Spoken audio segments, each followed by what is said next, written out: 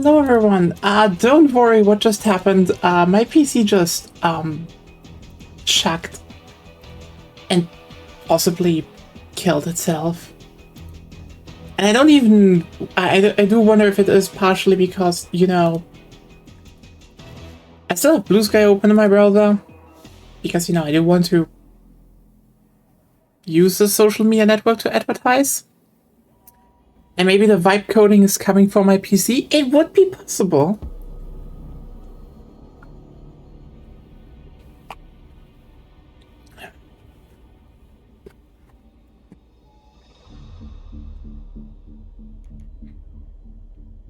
Yeah, welcome. I'm tired today. Like, best example, we also started later. I'm really just tired. We're playing some Pew Pew. Could have put up some trains, but also, again, tired. I just want to have something a bit mindless and just talk about what happened. Like, what are the news? The fact that people are totally normal about the new Metro game already. Because brainworms legitimately do not stop at anyone, I guess.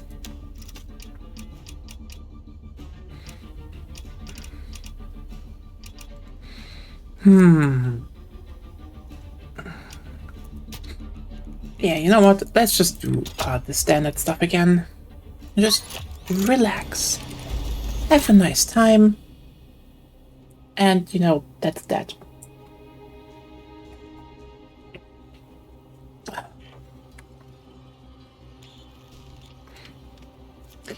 It is interesting how we do get another Cairo map soon, though.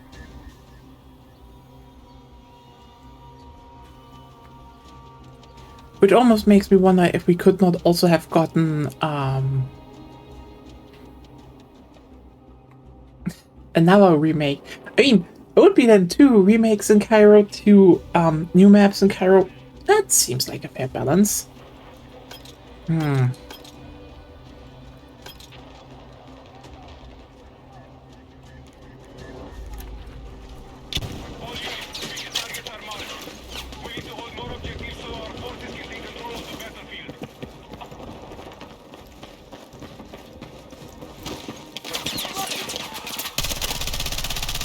I mean, yeah, generally I think the idea of every region having 2 remakes and 2 main ones, probably not the worst idea, but yeah. Everyone who doesn't know, roadmap is out. They released a roadmap today, and it was a bit of a drama going in because everyone was like, leak. And, you know, everyone is always very, very, like, you know, doubtful of leaks. Especially those that sound good. Especially those that have, you know, remakes and stuff. Because, for the past games, there was the whole, we're not gonna do remakes because we want to do new maps, but then, you know, during the last games, they started being like, okay, maybe we're doing, like, we want to do inspired maps, but, like, also, maybe we can do, like, 1 remake per game, and you know what? Fine. I'm not too mad that they, you know, for example, didn't remake Iwo Jima, but, you know, made a new map. Because the new Iwo Jima is good, and then they remade that, so I guess Battlefield 5 Iwo Jima is already a classic considering it's remade. I will say the 2042 version is just also ironically the better one, but yeah.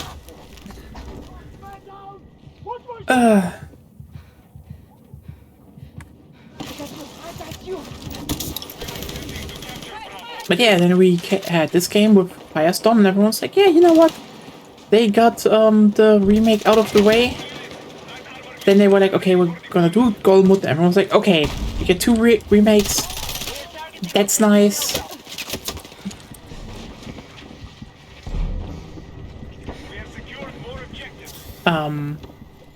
Turns out we're getting way more.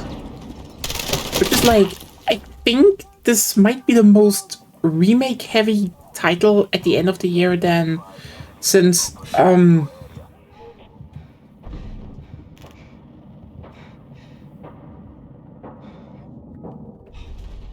four. It's four. I think four had the most.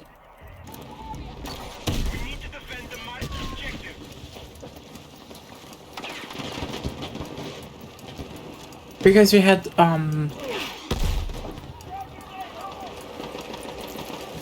Hey, Sophie! Sadly, I think this conversation will only be, solved with even greater levels of, warfare. How are you doing?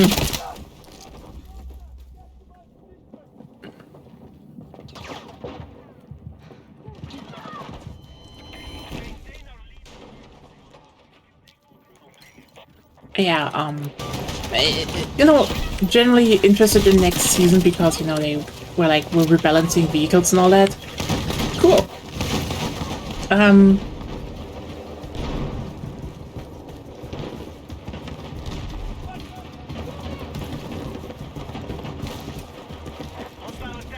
But yeah, doing a never really woke up today day. Oh, I get you. I also, like, I don't know if I think I slept badly, and then I also had, went outside and did stuff, and I am not feeling well, is what I'm saying.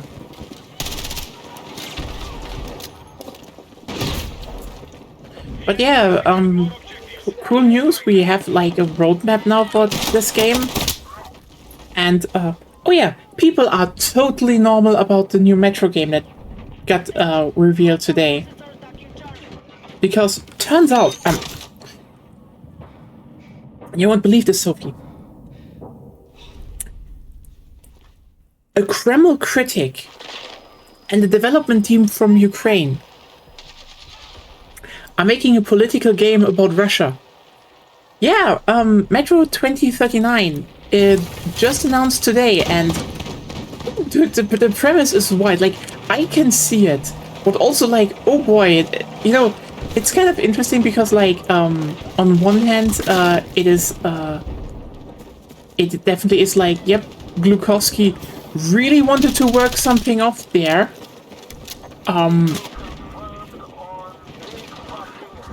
But also,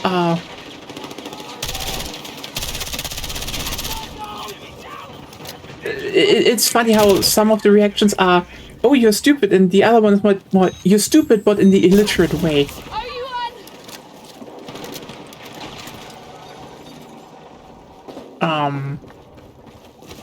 I have posted the trailer in the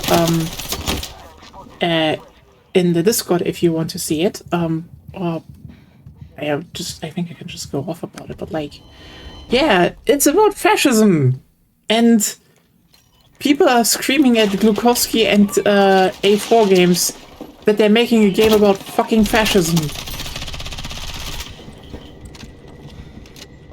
Oh yeah, again, I just want to point out, Glukowski, the author of the books, he is wanted in Russia. He's living in Germany. Like, if he went back to Russia, Putin would execute him. I'm just pointing that out, like, oh no. It's so wild to then see comments like, oh no, they're making a game political, I just want to shoot mutants, and I'm like, play Fallout.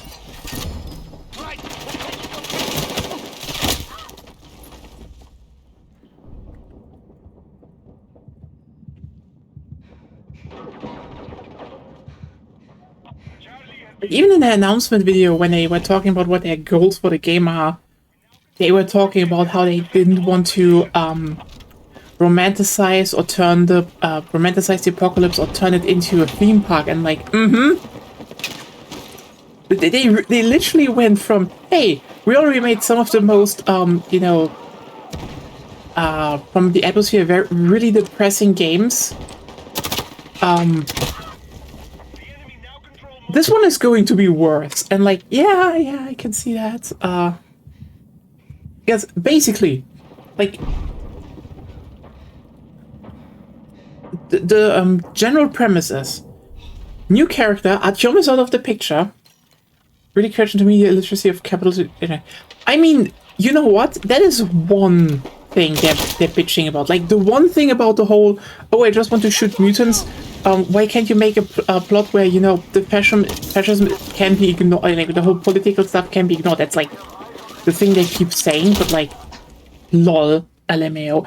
It was always there. Like, let's just not ignore what the twist of 2033 was, or the whole point of of Last Light, and to a degree 2034, and you know, everything in 2035. Exodus wasn't that good, but still, yeah. I just want to point that out. If you, I don't know if you have read the books, but let me put it like this. I think a lot of people will especially have whiplash that only played the games by just being like, oh wait, why is this suddenly happening? When, you know, it's probably gonna be about the book.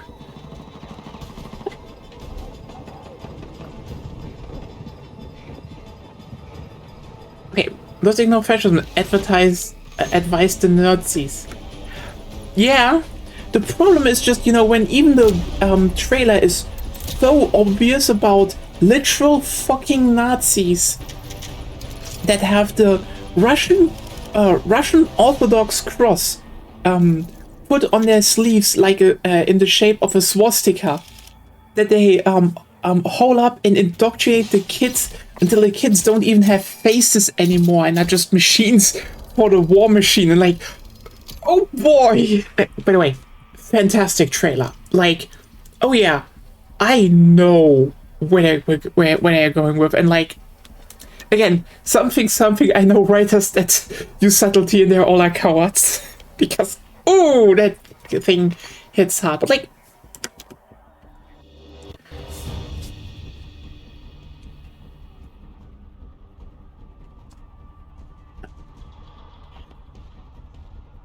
yeah, authors who use subtext and they're all cowards. I mean, let me be clear here. Yeah, listen, while 2033 was definitely about, to a degree, about, you know, Russian society and how people live in it, but ultimately it was more about, you know, how humanity is like perpetually like doomed to destroy itself due to racism. Like, okay, here's the thing. I know in the games and like I think a lot of newer translations, the mutants, like, there's a mutant threat. They're like they're psychic, like they literally go into your, you know, they scramble people's brains and all that. And Artyom kind of is a bit oh, can I spoil them, or can I just, because like it's really important to understand why Metro 2039 is how it is. But like I recommend it. The books are so good. Like, it's one of those books I bought, read, handed my mother, was like, you should read it, and she was like, I guess she read it, came back and was like, this book is fantastic. Like, we became the Metro Truthers in our family. So like, okay, yeah, basically first book is about mutants that threaten the Metro state. Okay, basically there was a big you know, world-ending World War III. The nukes dropped, everyone died, and everyone in the Metro is just like, that's it, we're the last one, because, you know, everyone fled into the Metro, and the Metro basically became the big Soviet-era bunker the, you know, Soviets built it for. And basically all the stations have like their own little thing of like some craft weapons, some, you know, grow mushrooms. They have some, you know, there's trade between the between you know, the stations. Some are abandoned and overrun with mutants. And you know, people just travel on like small draisines between them. But also, you have like 3/4 main factions in the metro. So on one hand, you have the Red Line, which is, you know, the Red Line, which is, you know, going one straight way through everything in Moscow. They're communists. Communists in the sense of they're Stalinist lapas. They literally are just like, we want to rebuild glorious Soviet Union in the metro because that's how everything is, and they kind of suck. I mean, kind of all the groups suck. One sucks a little bit less until the third book, but we get to that. But yeah, basically, they want to be, they want to, you know, rebirth the great Soviet Union in the metro and, you know, reconquer Russia or something. Then there is the Ring Line, or the Hansa, which are, well, the capitalists. Basically, they're traders. They're basically a trade network that are really fucking rich because, you know, they're the Ring Line. They connect basically everyone. They can have, like, kind of the best equipment, and kind of, you know, the most resources, etc.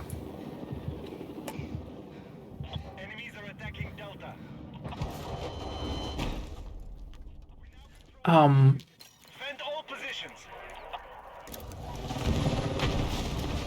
then there are the Nazis. Like, quite literally, it's called the Fourth Reich. Like, they're just the Nazis. They're just literally the neo-Nazis who just want to bring forth a new 1000-year Reich. You know, everything is fucking bombed and dead. And they are still at it. And then you kind of still have the fourth faction of, the Stalkers, quote-unquote, which is, they're basically in, like, the main central station hauled up, and they're kind of, also what Reich, exactly. And their whole thing is kind of that they try to, you know, let's put it like this, they're kind of like if the Brotherhood of Steel didn't suck. It's in, like, they try to, you know, secure, knowledge from, before. They try to preserve, they try to rebuild, they try to just help out wherever they can. They're kind of like, you know, a mini UN that just is horribly underfunded and also has to fight mutants everywhere with not enough bullets. So, that's kind of their gist, you know?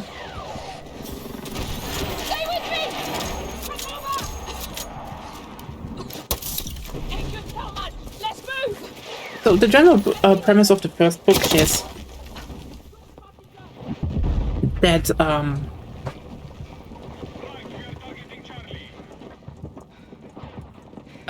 it's basically there are mutants.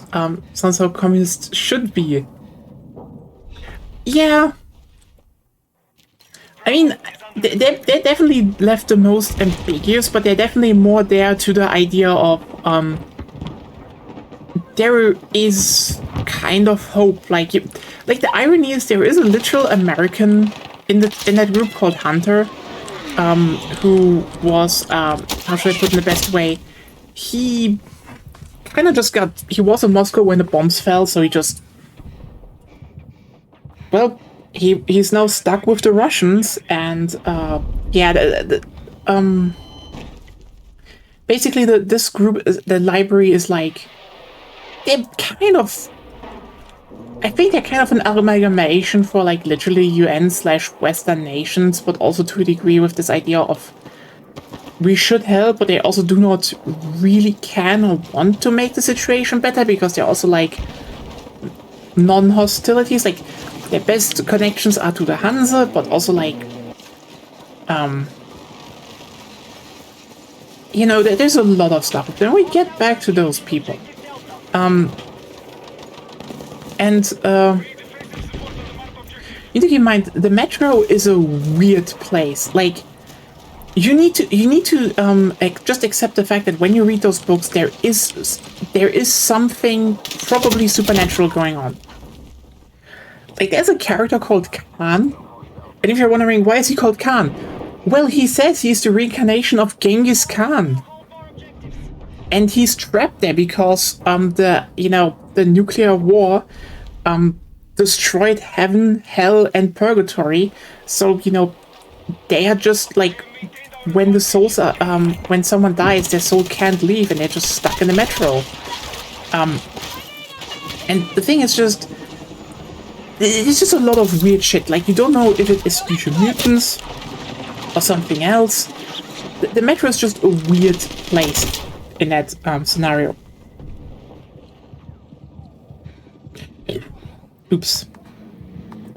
It's like, and basically, this whole first book is Artyom travels through the metro, tries to save his station because, okay, again, in translations, they are the dark ones, but it would actually be more closer, and like, in hindsight, I will say this was probably a mistranslation. I guess I get why they did it, because people are illiterate fucks. But they were actually called the Black Ones. And for a good reason, because you will probably click, it will probably click very easy now that you're like, oh god, I know where this is going. Because basically, black humanoid figures, they have some psionic abilities. Reincarnation of Genghis Khan, Baron Ungarn Sternbeck has entered the chat. I guess so. And basically Artyom is going out and tries to just save his station, or he's like, oh, I have to save the metro, and he basically just kind of learns all about everything, because he's like, wait, like, who's the, like, for example, there is literally a scene at the fact that they because people control the metro stations and where you can go. Like, it's either you can go through a metro station, or you need to take one of the side routes, and those are bad. And like, yeah, it's already like a place full of mystery. Like, for example, this idea of there is like the second metro that was built like directly besides the real metro, and like it was made for the rich, and like there you have everything from like flowing water, electricity, food, etc. It's basically this idea of there's just the second metro right next to us. That's paradise. So you're saying that's a slaughtering or stuff like that. But yeah, basically, Artyom just like goes through everywhere, and like there's literally a scene because like,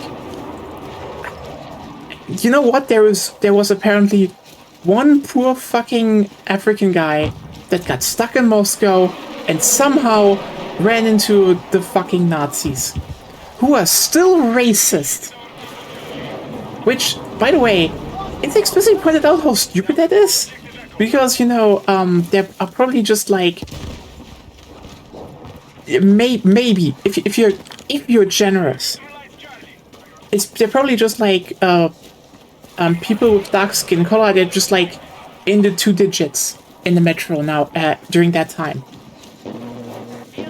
And yet, the Nazis still go on with their, we need to defeat, we need to get rid of, non-white people, else something can't happen or something. It's specifically framed as they're stupid, but then comes the whole thing with they're looking for a solution to the Dark Ones, and well, they do find one. They do find an old bunker, connected to the Kremlin. And also, there is something in the Kremlin, like, quite literally, no one knows what it is. Like, again, this is one of those weirdnesses. Some say it's like an old bioweapon. Who knows? But, like, literally, you're not supposed to look at the Kremlin or it sucks you in. Oh, wow, that is that's an interesting metaphor, huh? It's an interesting metaphor that that you should not look at the seat of fascism and power or it sucks you in.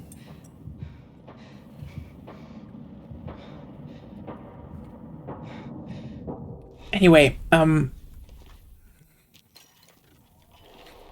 again, then the big twist at the end of the first book is, because, you know, they basically find a small, but they find a rocket silo, and are like, holy shit, there's still rockets in here. We can just nuke the mutants.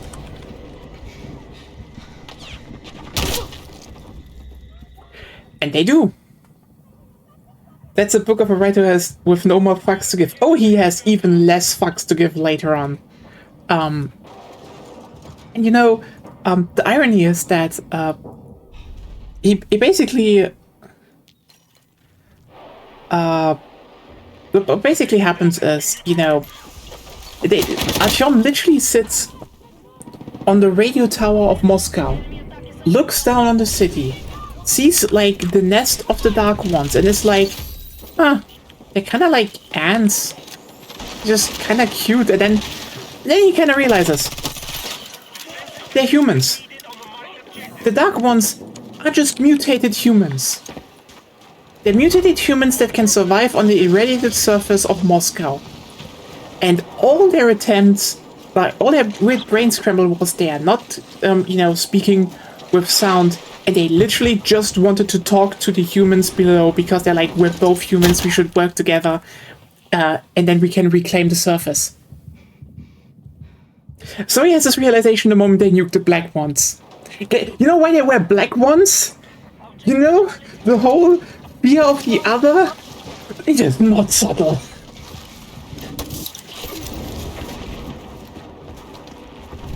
So that's the end of the first book. They just nuke their future. And realize it a little bit too late.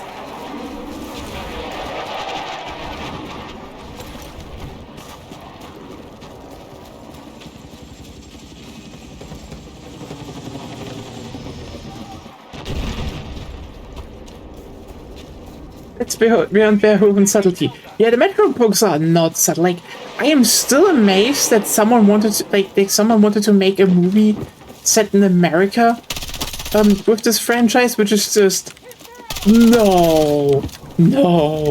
Like, we can't do it now, but like that is such a Russian book. This book series cannot work in America.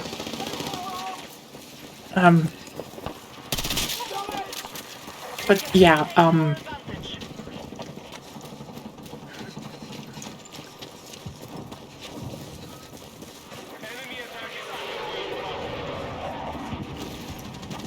so yeah, the book literally ends with Artyom just being like, well, shit. I guess that was a mistake, and then he just resignatedly goes back into this into the metro. Like, it is one hell of a downer ending, actually.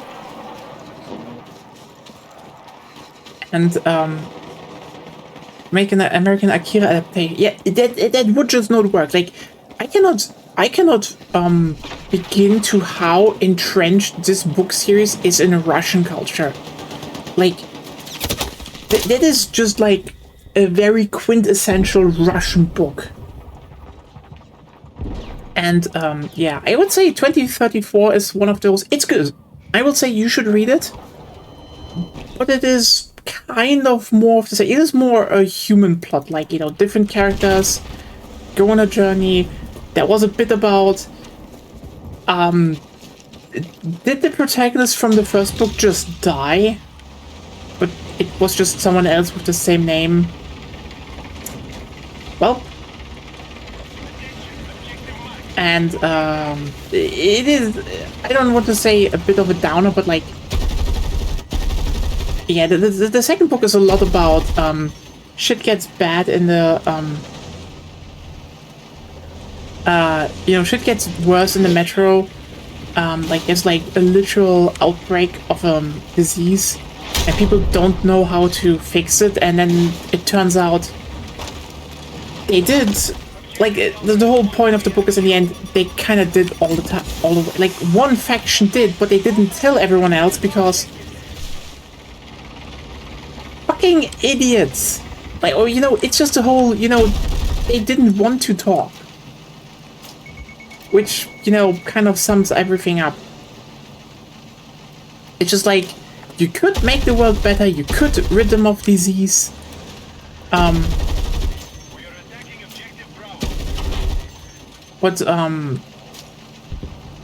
they haven't done that because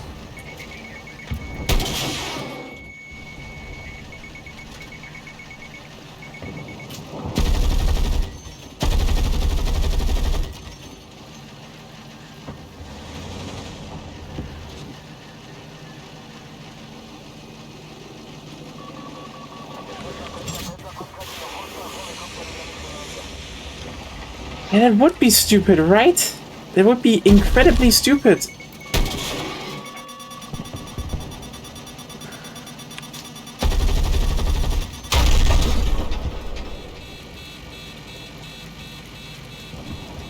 Hostile forces are attacking Charlie.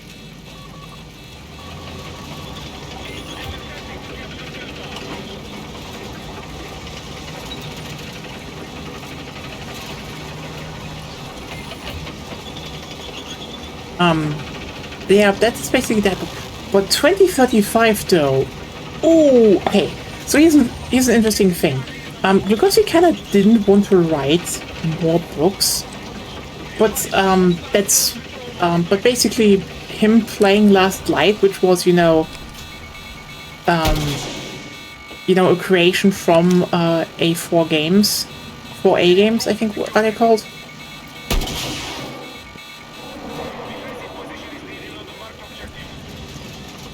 Basically made him go, oh wait, I still have a book in me. And, to put it lightly, 2035 is a lot. Okay, so, rough overview, everything is kind of depressing. Like, the metro just gets worse with every day, basically. And Artyom, the protagonist of the first book, is kind of looking for a solution. Especially since, there's this thing that everyone in Moscow just assumes they are the last ones, because they also just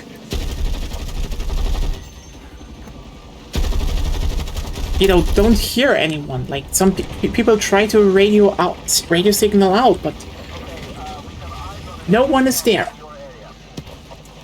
Some even say they had once contact. But the interesting thing is, that's literally referencing one scene in Last Light, which is probably literally the one scene that gave them the idea, is that they basically, there was one guy who said, oh, no, I had contact. Like, for a brief moment, and he doesn't know why.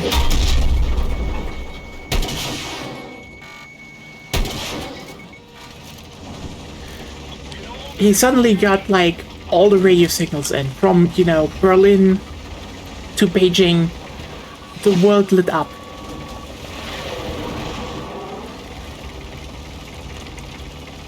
So Artyom starts looking, because he's like, okay, is there, like, a solution? Can people, like, even live on the surface?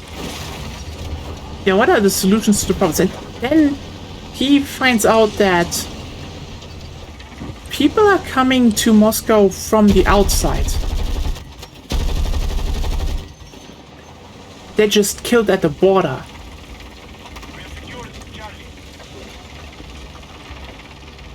By the Hanse. And the Hanse also operates a large radio jammer. So, like, making them literally blind. So, he's basically starting to go around the metro and just tries to find out what the fuck is going on here. Like, for example,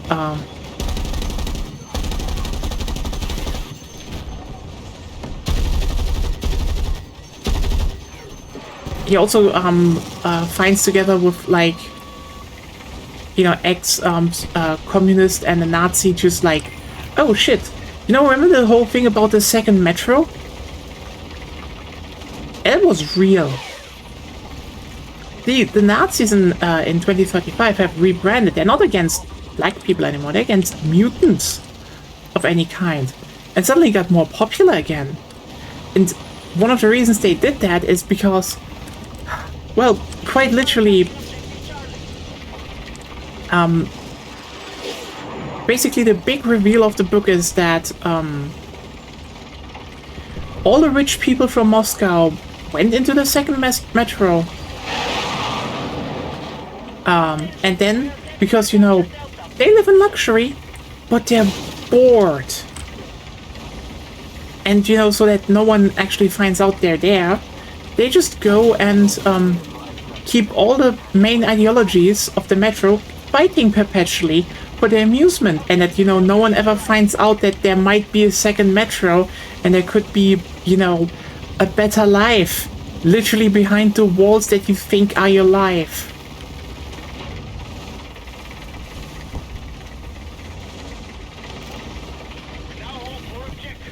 Oh, it doesn't sound familiar at all. No. And you know what's even funnier?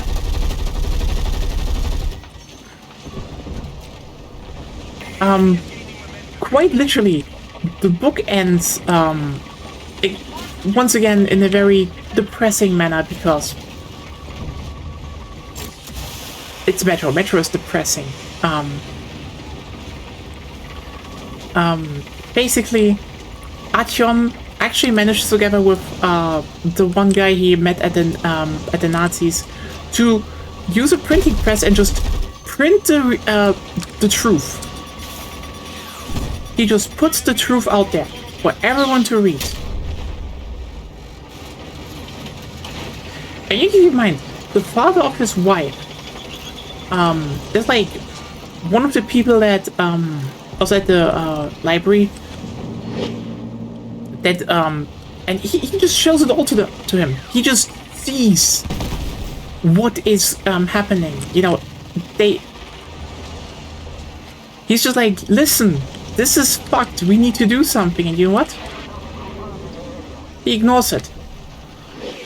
He just goes back into the metro because accepting the reality that they might, you know, that they have been, you know, used and played with for years, well, that's hard. That's not the, you know, that's not the reality he knows. So he just simply doesn't accept it.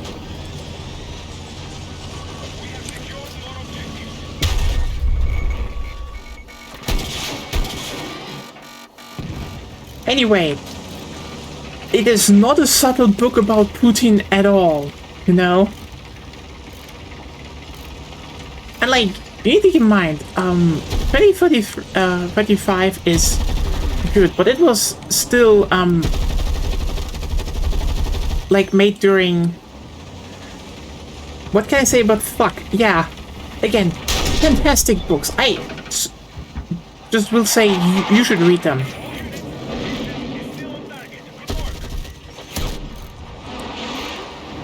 Like, if you like reading books that are like really well written, just have like, and there's just like this right amount of mystery and just supernatural elements in them, they're really just fantastic books on their own. But yeah, they are not subtle in what they're about. They're like very much pointing at Russia and saying, this is fucked.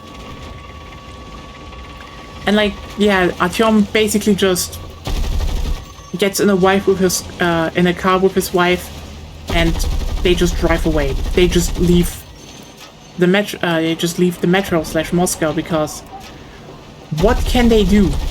The people quite literally do not want to accept the truth.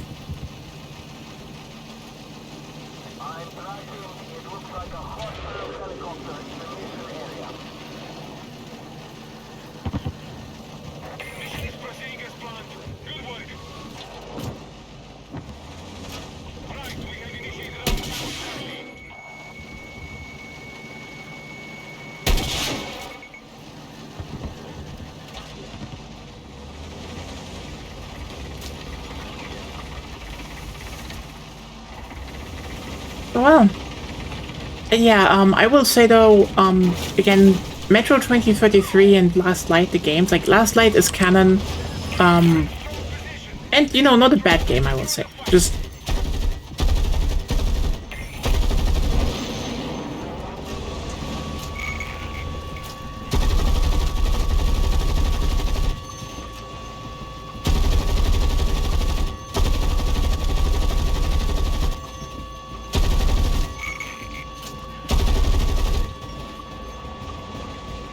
Our troops are attacking Charlie. Hostile attack confirmed on Echo.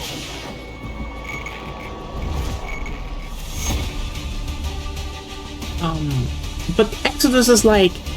You know what? I have my personal beef with Exodus, and I think I am very right in my opinion here. Because basically, Exodus goes... you know, you kind of have this whole reveal at the from 2035 at the, like the very beginning of like, oh look, the Hanse is you know, basically killing people at the border of Moscow, and they're jamming everyone. Like, oh, what could this mean? Road trip. Yep, like quite literally, they just use it as a setup for, oh hey, Artyom and his kind of extended family is now wanted by the Hanse, so they just literally jump on the next train, best train they see, like, because the Hanse just has, like, they just have steam locomotives, and they drive out of the city, and then there's a road trip through Russia.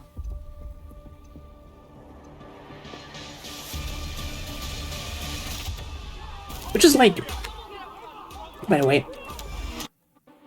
I will research that. Just need to get a small pause here for a second. But yeah, that is quite literally Exodus. And on one hand, I will say, road trip with a steam train is such a good idea. I just kind of wish it was done in a different franchise. Because then it also just goes into some scenarios that are just silly or cliche, and like, again, different franchise could have done it better.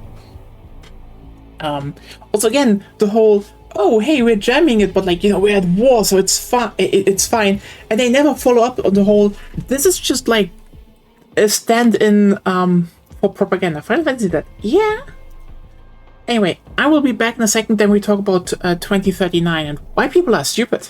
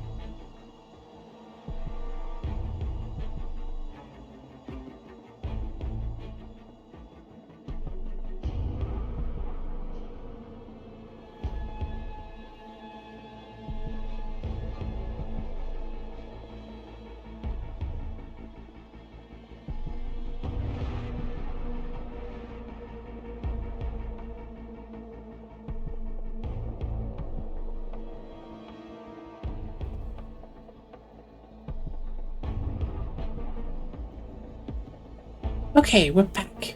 Metro 2039. So the thing is, like the big reveal I had in the trailer today, and in your mind, this is a game that, you can guess it, it restarted. They kind of were working on a Metro game like a few years ago. You can definitely pinpoint when they were like, no, scrap that. We have to make it. We want to make a different game because they're a Ukrainian studio.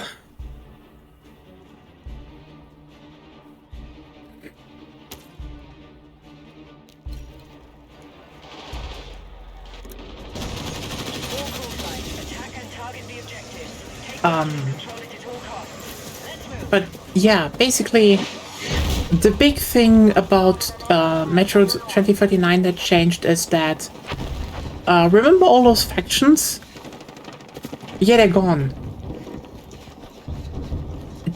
They actually got united.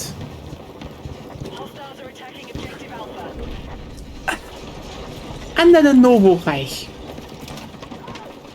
Again, they are not subtle. You know, basically with the promise that they will bring clean water and fresh air and people can live on the surface again. You know, as long as people just follow what the Führer says. It's gonna be great. Also with a mentality that is basically keep saying, you need to destroy and kill everyone that that seems like an aggressor to you. So, oh boy, I wonder what kind of allegory they're doing there.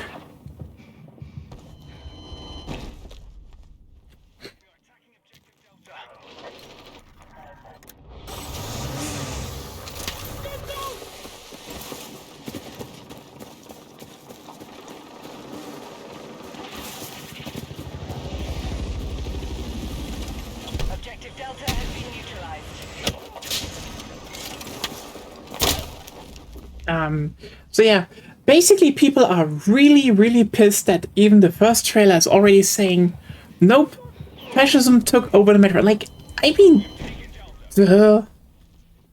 like, it is, like, the metro is a mirror to Russia.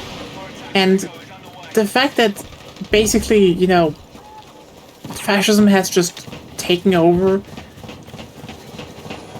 that's just like the most logical thing to do, because like remember the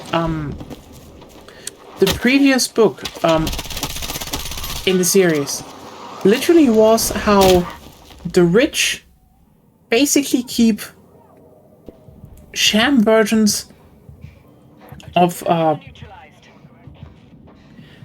the main ideologies alive, just so they can continuously squabble and never you know, threaten their power.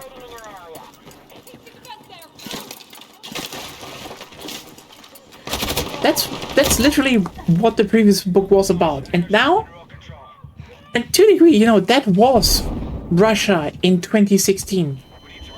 It was a country that was being bled dry by a few people who quite literally just try to hold the country together by, you know, causing continuous infighting. Like, that is also one of the reasons why there are so many, you know, like, there are literal Kremlin critics out there. Have you ever wondered why they are, when people are like, oh, but what is with that person? And, you know, he actually looks a bit bad. And like, yeah, guess why there are a bunch of right-wing Kremlin critics? Because keeping them around is useful.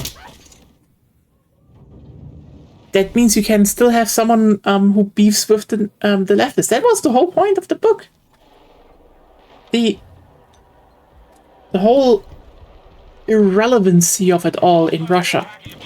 Again, this is not a book about, you know, the rest of the world, because 2035 only really functions if you see it in this through this Russian lens, and like, what happened between then and now? It all got folded into one state. Like, it's not that, you know, there was not that's the thing. That's the big difference that that happened in the Metro, but also versus Russia, real life Russia. It's like in 2035, the illusion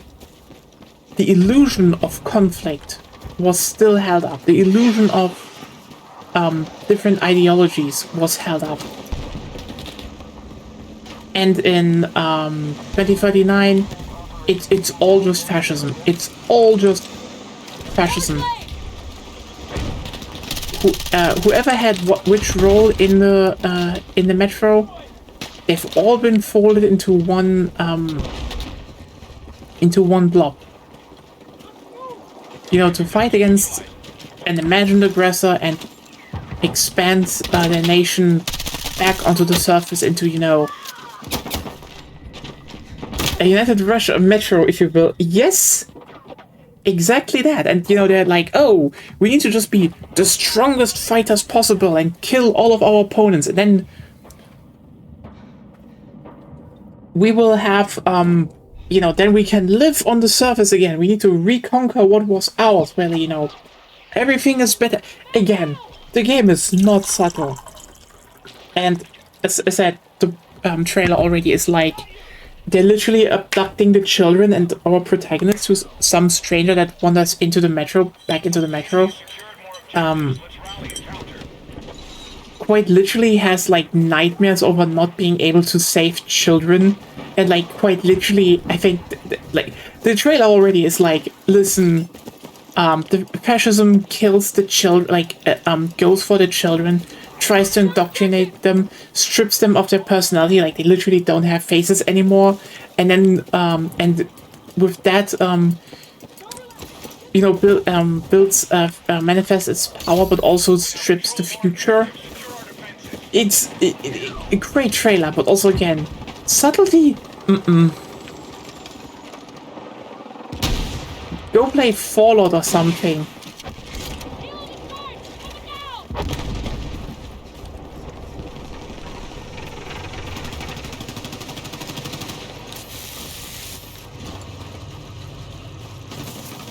But yeah, that's currently what's going on, and people are literally screaming at the author that had to leave Russia due to fucking Putin, that he's destroying their video game because they can't just shoot some mutants.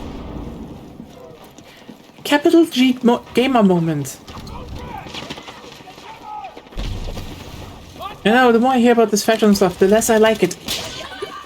I know there are some like really good arguments against it. It's like it's not good.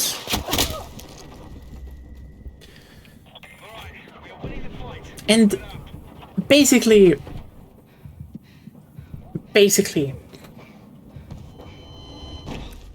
one of the big things about what the other big thing that people just apparently don't get, because they're like, oh, they're doing a character assassination. First off, an author, when the author of the book series writes the story, there cannot be a character assassination because he decided which of his characters does what. You're just bitchy that one of your that one of the characters turned out that already had tendencies of being evil turned out to be evil in the end. Okay, so basically, the guy that actually led the whole Novoreich to, you know, take over the whole Metro, that's Hunter. That's the American guy. And everyone bitches about it now because they're like, but Artyom, yeah, Artyom looked up to him. Yes, Hunter did some good things in the previous books. I know Hunter was like, for the most part, you could see him as not really being a bad guy in what he did. But First book, Hunter, quite literally, like, they find, and I'm pretty sure that was Hunter, it was definitely Hunter. They literally find, like, an old, like, military bunker with tanks, missiles, weapons. And he sees that. And she holds a speech about how they can reconquer the surface with that. One day. His tendencies were always there. And keep in mind, definitely in a way of like, this is definitely going to be good. Also, he's the guy that pushed the button on the rocket. He's the guy that basically instantly went along with Artyom when he said, "Yo, there are some really bad mutants we need to take care of." He was like, "Sure, I help you." Control more objectives than the enemy. And again, it's not that he was like a bad guy in that regard, but quite literally, if you come at me and tell me, "Oh yeah, Hunter basically went full fascism," no shit. The guy that had tendencies of authoritarianism and always had a very militant mindset of how they humans can reclaim the surface, when, you know, a constant fucking theme of the books was that he was wrong. Like, here's the thing. He's just like, yeah, we should just mute the Dark Ones because they're mutant threat, and he had enough mutants in his life. So they're just like, nuke him, problem solved. In the last moment, the quite literal thing of maybe we should not have nuked first and then asked questions might have been the correct answer is like, oh shit, he was wrong. And also in later books, he's just always the guy who's like, we just need more military might, but like, Last Light, there, they sit in the military base, and they lose it because guess what? The Red Line, the communists are like, well, the stalkers, you know, the one basically the one outside group suddenly gained a lot of military influence. We need to do something. And like, yeah, it's kind of funny because like, yeah, 2035 was about, you know, hey, you cannot actually reclaim the surface or, you know, anything with just military might. You actually need to work together, and, you know, finally lay down the ideological barriers that keep people torn apart.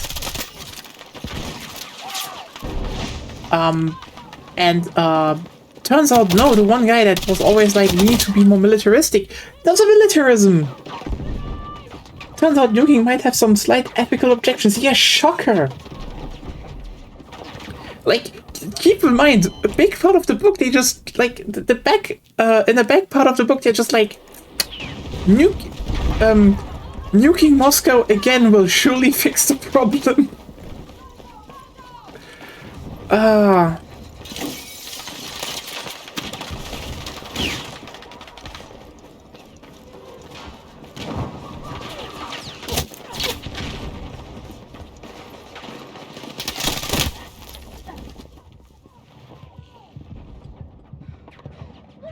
Yeah, great books. I highly recommend them. It's just, it is so funny that people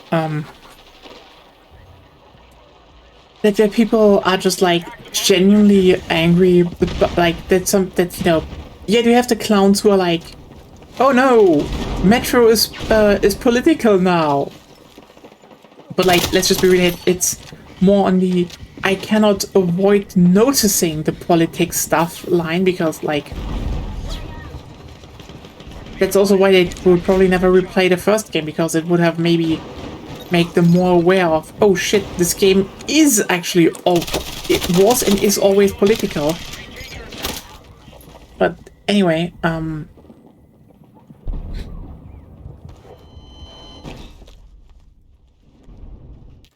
But yeah, no, the third game is just the new game is just very very open, and I'm seriously interested in that because like, listen, I think we just didn't have like a lot of like really good story games anymore, and as a lot of people point out, Stalker 2 was too nice. Anything I don't like is political mode. Yeah, and they really, I think there needs to be an observation of like, you know, I can definitely especially point out how this is not only like a rancid take, but like I think it really encapsulates.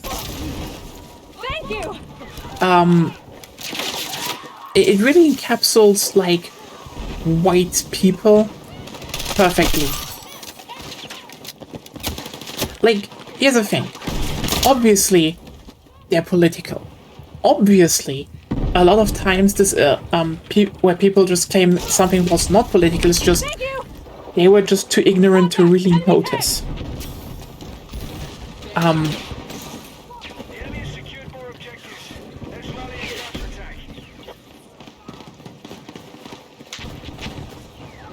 counterattack. And like, I mean, hey, it's kind of funny when you could even talk about how, you know, the word change for the mutants in the first book into the English translation.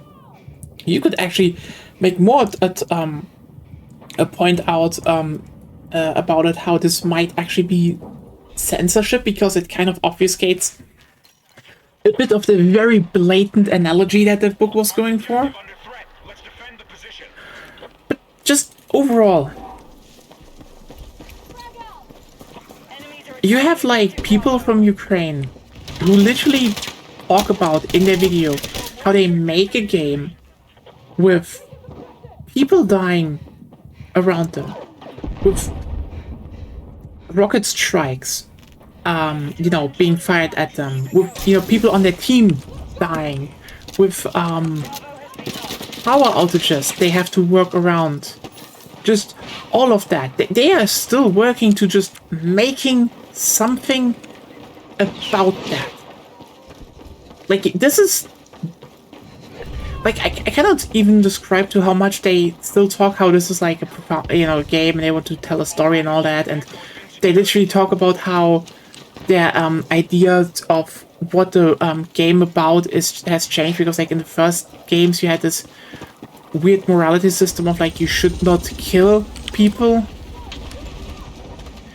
and they kind of frame it as like, you know, it was still about preventing conflict, like going out of the way for like preventing war. But like, you know, the new game, they specifically say war exists now. That's a reality. We've secured Bravo. How do you deal with that? You cannot look away anymore. And that's the thing. This is grieving. This is people who are subjected to the fact that their culture and, you know, their country, their culture, and the thing, the place where they live is under attack, and someone wants to eradicate them. They're making something about that. And then people tell them, so why do you remind me that bad things exist? And that is the rancid part.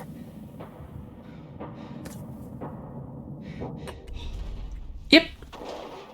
Metro 2039 is one of those games where I will just say, I think I will play and stream it, simply due to the fact that Under threat. Let's defend the position.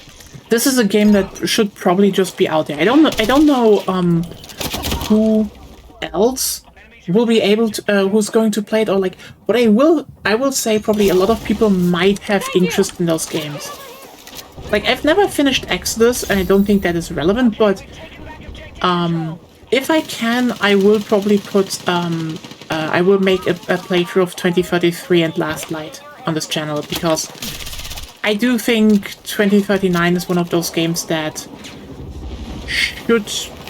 I feel like this is going to be something that should be out there. You know, that people also should experience and talk about, because yeah, they're making art. They're making art about their suffering, and that is impressive. That is good. That is stuff that we need. Like, I cannot even begin to say how many games. Like, this was a presentation, like the 50 minutes that I watched, where I can definitely say, I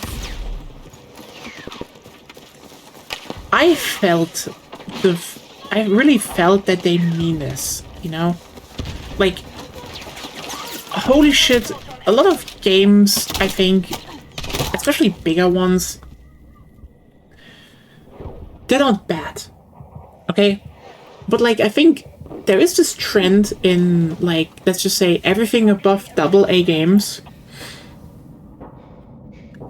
that the good stories, like, it very much reminds me of the Leningrad Symphony by Shostakovich, which was composed, played, and broadcasted during the siege of Leningrad. Yeah, that is impressive.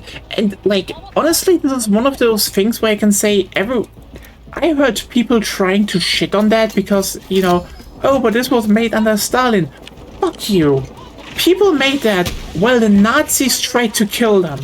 And they played it to anger the Nazis in defiance.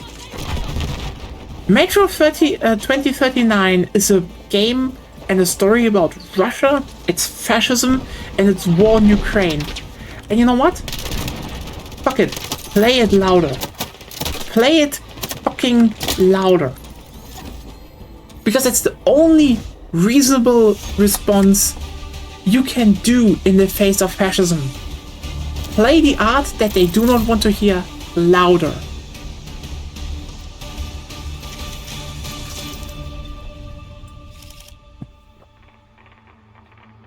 Yeah.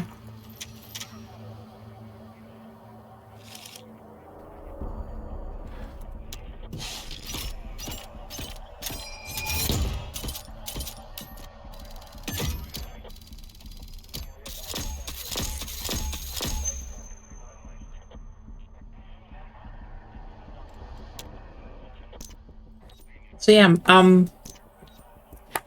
I'd say, after we're done with a bunch of stuff this, month, because, like, you know, I still finish up Yakuza, and I will play Pikmin 2, don't worry, I will play Pikmin 2 this year. I will definitely, I think I will definitely slot in the Metro games at, during some part, because I do think it is now the best time to show them.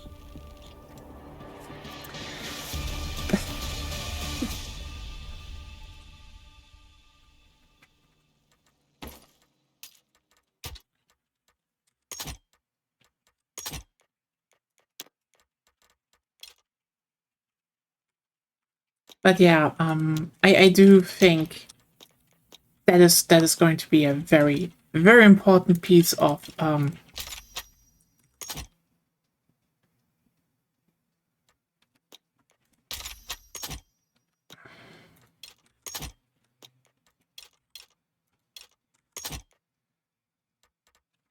very important piece of media going forward. So yeah, very much looking forward to going through them. And yeah, the thing I wanted to point out is the whole it's not that, you know, it's not that it doesn't really happen, but, like, I think the most big games nowadays, they're ironically the strongest when it's more about personal stuff, and that's not bad, you know. Like, listen, I'm really looking forward to Pragmata tomorrow. Hell, I will put in some extra hours before, you know, our regular stream, because I do want to stream a bit of Pragmata. And, you know, it's not bad. Making a game that is just, like, about, you know, a parental bonding and, you know, probably some capitalism critique because that always happens. But like,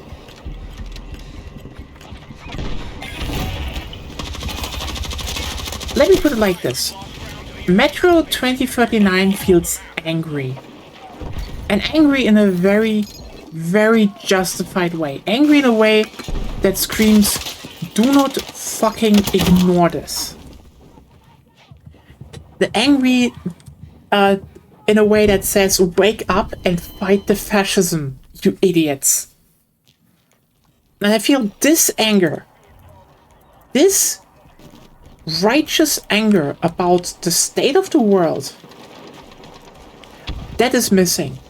That is genuinely missing from video games. And like,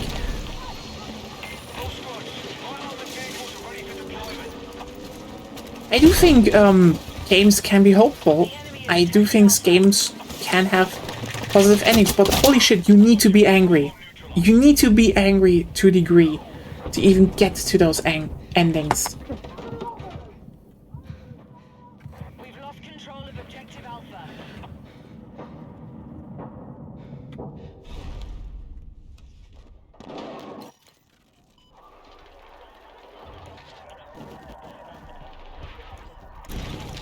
Oh well.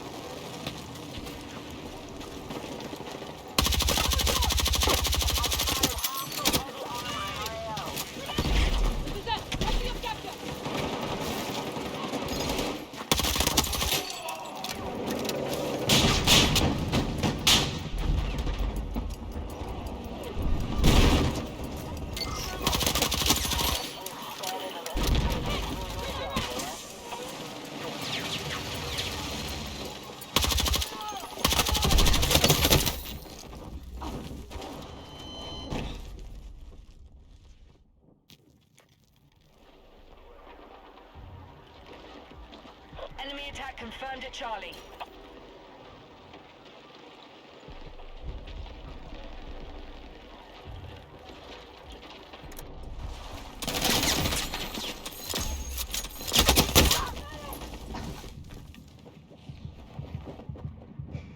Be advised, the enemy now controls more objectives.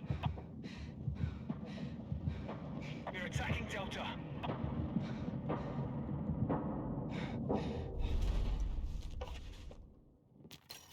Be advised, the enemy holds a majority of objectives. They're close to taking ground.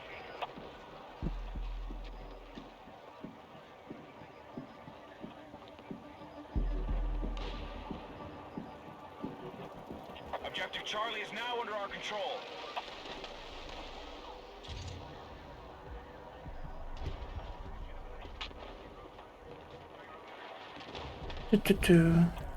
Oh well.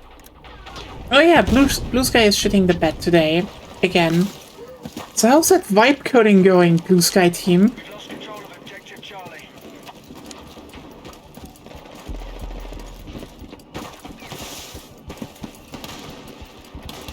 We've neutralized Delta.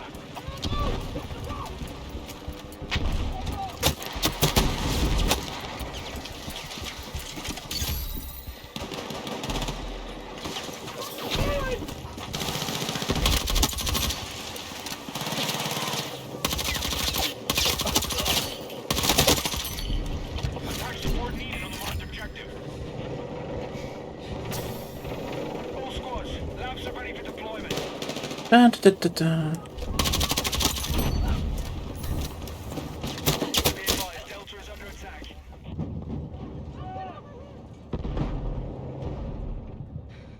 Delta has been lost.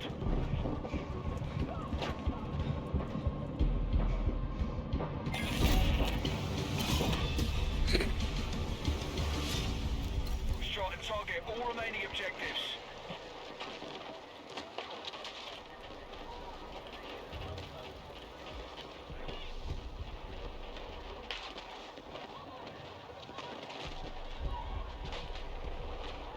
Ugh.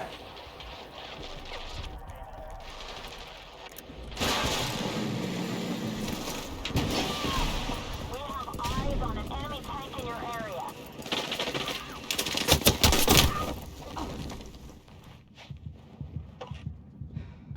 Also, you know what?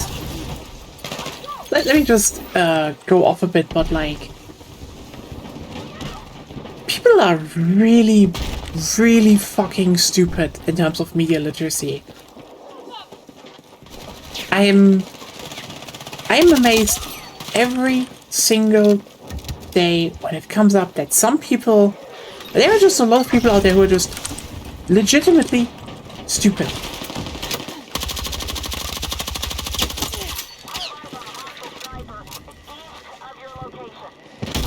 Oh, so for everyone who's wondering, today the game I'm playing got a roadmap. Hooray!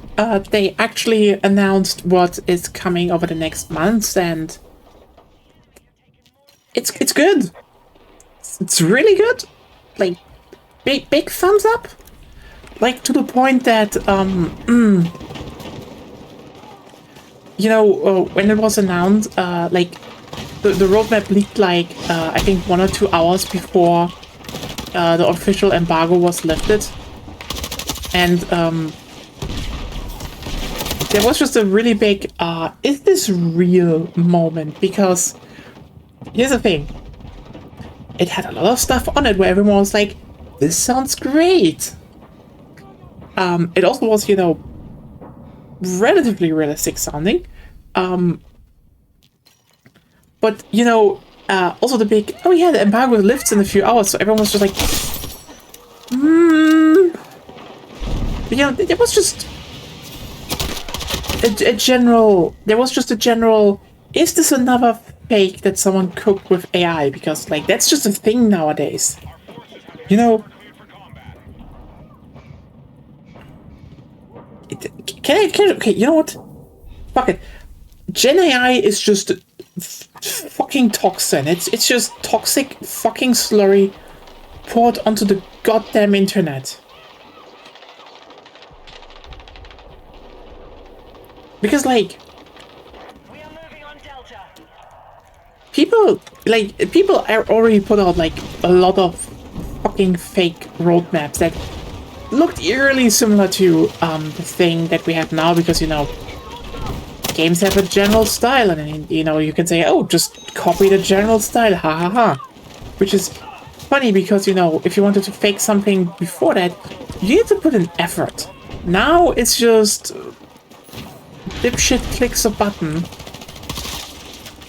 and oh, he has something. But yeah, everyone was just like, is this real, basically? And I get it, because, like, aside from one you know, from one map that we already have confirmed, the other ones just sounded a bit too good, especially since there were apparently 2 more remakes in it, and everyone was just like, they're not doing that many remakes, right? So turns out it was just fucking true. Which, funny.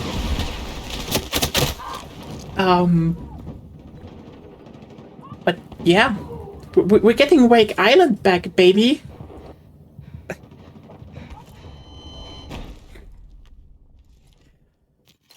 A bit sad they're doing 2 Battlefield 4 map remakes, but, like, I guess technically we also have 2 Battlefield 3 map remakes then. I just want to also see Strike at Kargan or something else from 1942, but we will see.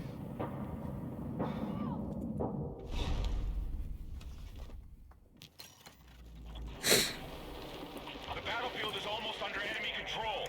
Break their hold on objectives. But yeah.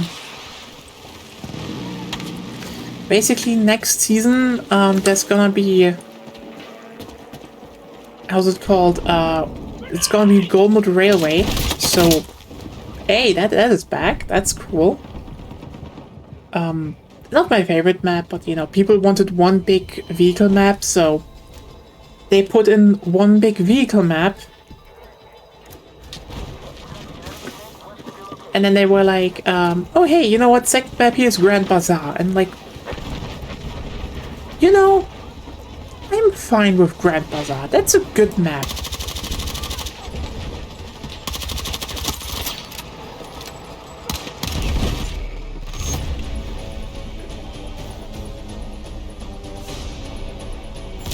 And then, yeah, next one, Japan themed and Wake Island. So, ooh, it's gonna be fine. That's gonna be really good, honestly.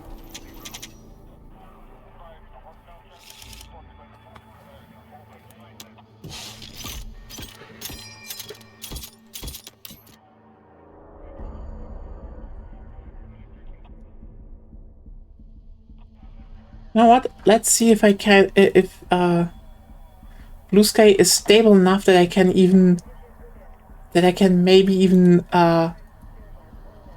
nope, nope, it's not stable enough. I can't go and be like, hey, I'm still streaming over here, you can join.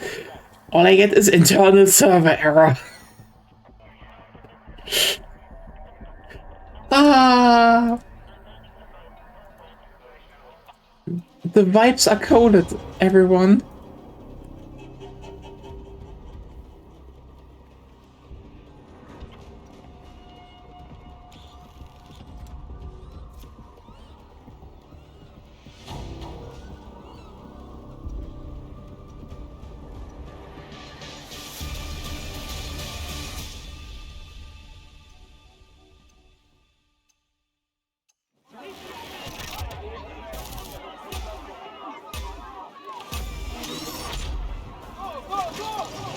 All squads are weapons free. Hold more objectives than the enemy to take ground. Let's go.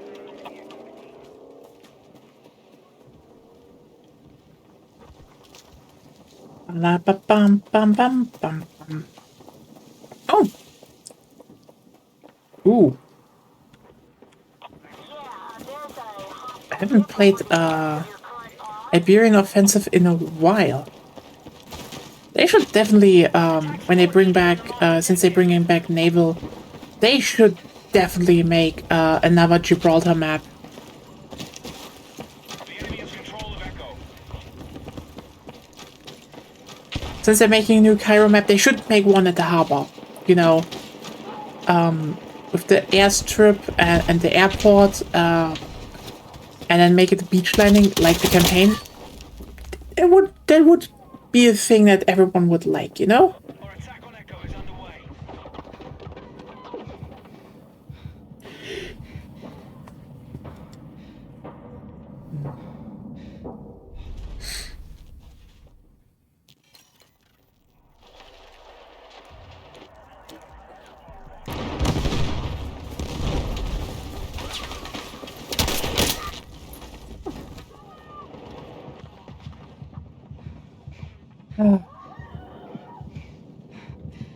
I will really just say I do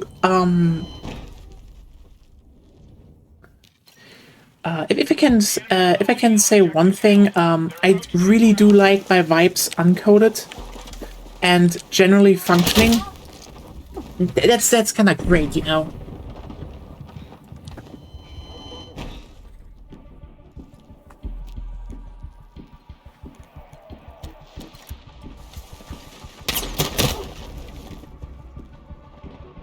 Damn it.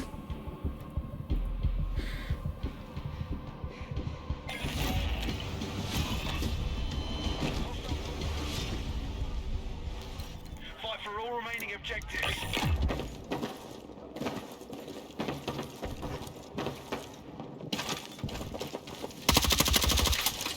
Defensive position needed on the marked objective. We no longer control objective Delta.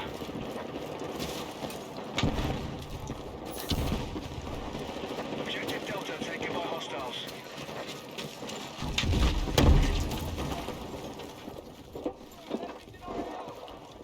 Our forces are hitting Delta.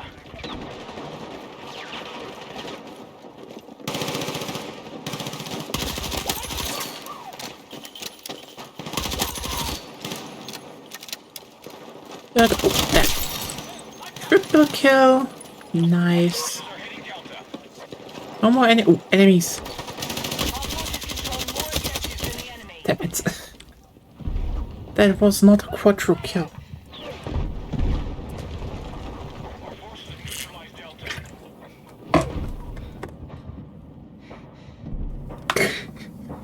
No, nope, that's too cursed. That would be too cursed. No. I just thought, like, you know, what if you make a you know, online username, player name called Quattro Kill Gina, but like, no, no, that's probably too stupid. Probably.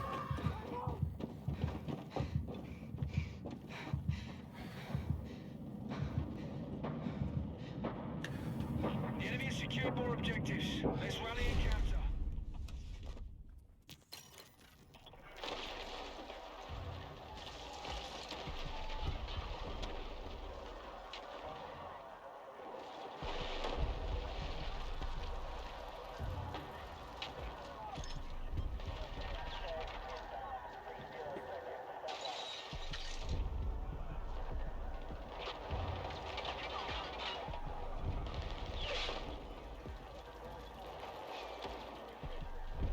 We're attacking Charlie.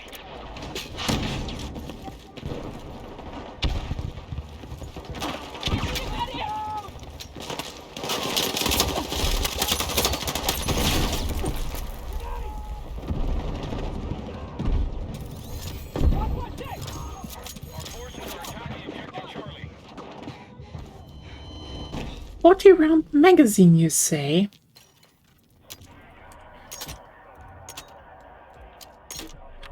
Oh. Mm-hmm.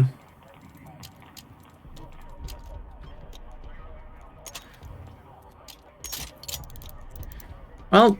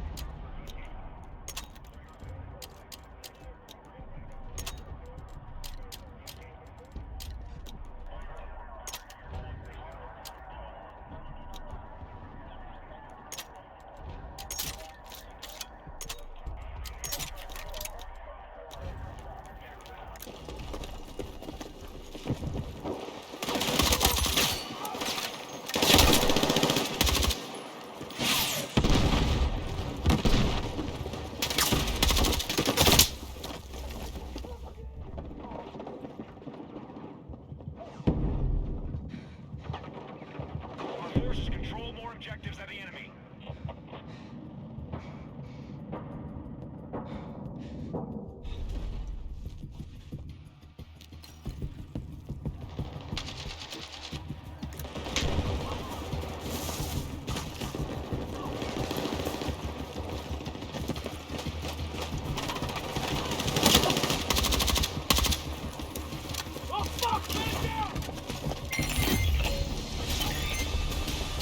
Just taking territory. The open being moved to the operation.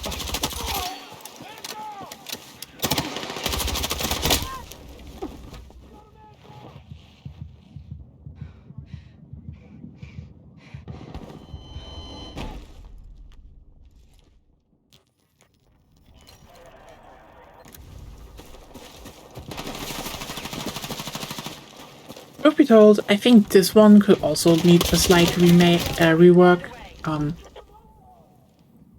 It's honestly good they do use Sobek City and Blackwell Fields. Those two definitely need it.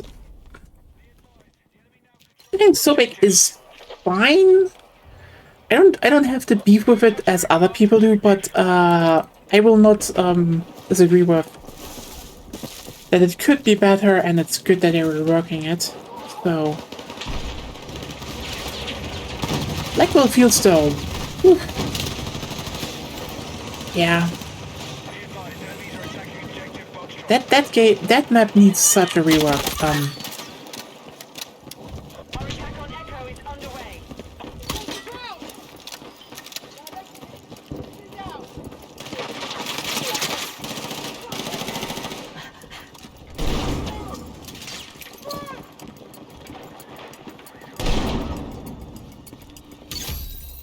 We took back the objective.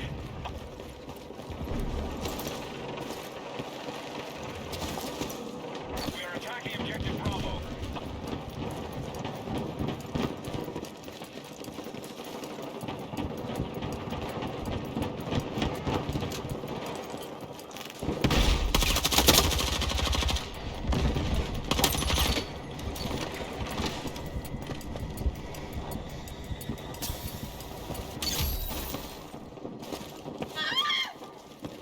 Okay. That was a random screen.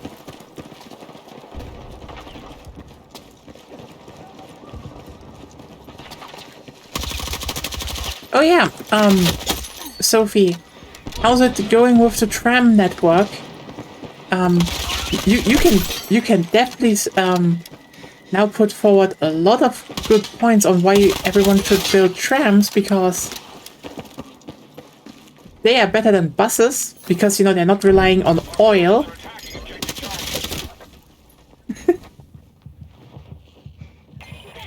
Genuinely, that's the main reason why you should have trams. Like, I do think buses are not bad to have, but holy shit, like,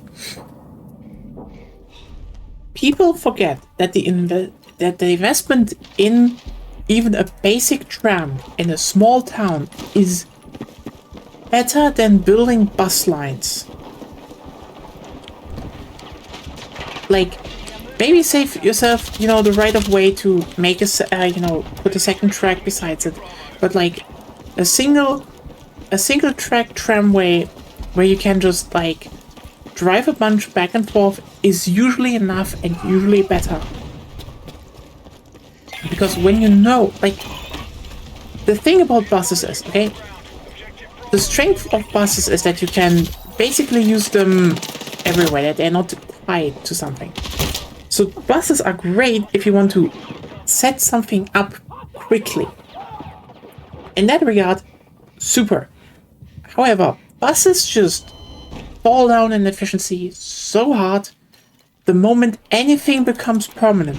You're like, oh, but bus rapid transit is worse than a tram. Period. Hostiles now hold more objectives. Like, We're targeting Foxtrot. oh, but in city. City X. First of all, in most cities where, you know, bus rapid transit works, they have a lower car density than most European cities. That's part one. Part two, they already have right-of-ways, so they could just slam down some tracks there. And see, buses are still worse. Like, here's the thing. Yes, bus rapid transit can have similar, not the same, similar effectiveness as a tram route. However, and now we're getting into the detailed parts. First off, they have higher maintenance. Buses just have higher maintenance. Basically, simply due to being buses. Like, you can't not have that, because a bus runs on rubber tires.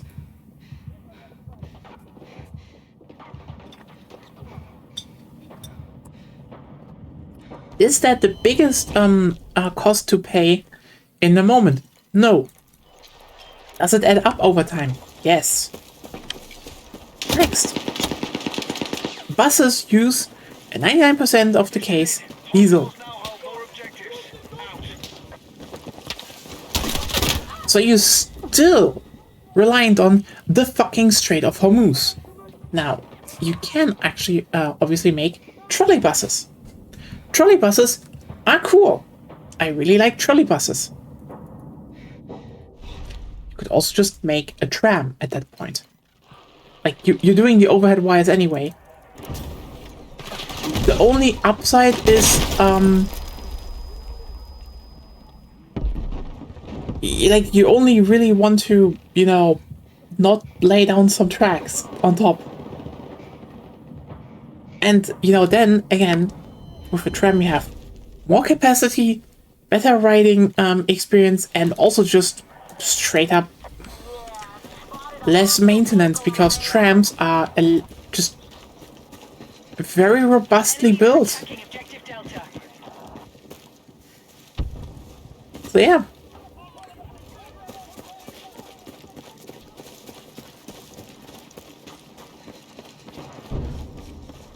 And people are like, oh, but not every region needs a big tram. Good thing there are small trams.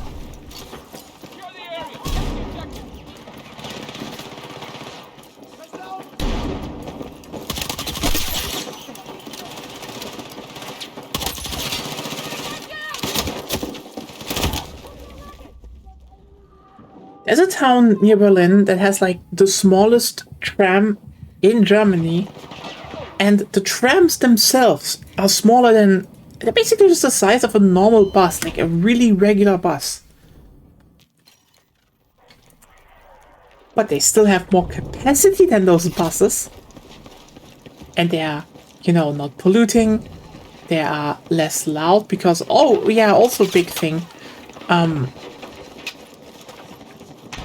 A tram is actually less loud than a bus, because when a bus, and you know, everything that runs on rubber tires, actually accelerates over 30 kilometers per hour, they will make noise. However, steel wheels on steel, less noise if you don't. And I need the tram load wrong. Doesn't noise. Yes. I'm not even kidding. Like, you know, here's the thing. I do think a bunch of regions also need a good S-Bahn network, because I think the S-Bahn is just like such an integral idea of connecting things. But the S-Bahn could also be fulfilled with trams. But trams are just like, again, if you can build a tram, then do it. You want to have an, like, quite literally, during the oil crisis of the 70s, people in the Netherlands, because, you know, you were embargoed, lol, rip bozo, and even in Germany, where like, well, I guess more people now have to take the tram, and not even, listen, I can almost guarantee you that the ripping out of tram tracks in the 80s was mainly because the car companies really wanted to make sure that no town would get, you know, ideas again, because no, we need cars. Problem is now people are building back trams. You just need to build trams again, and like, again, you can scale them if you just keep in mind that you should have a bit of right-of-way or 2 tracks. You can still lay down 1 first. That's cheaper and good. Everything that makes things faster and cheaper are good, as long as you have, and that's the thing, you can plan with redundancies, and you need to plan with redundancies. Else you will have problems. Like, you know what? You know what? I just will show you before we probably will put in like one final round of the operation.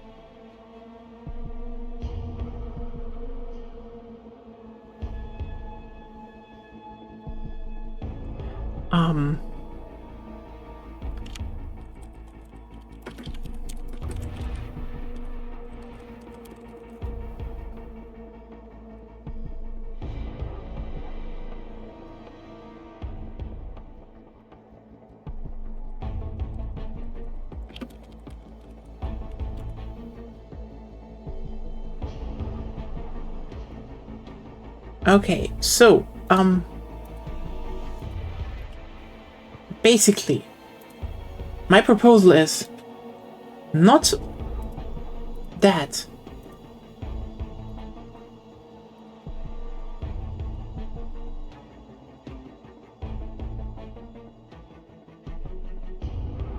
See, I just want to point this one out, you know? Look at this.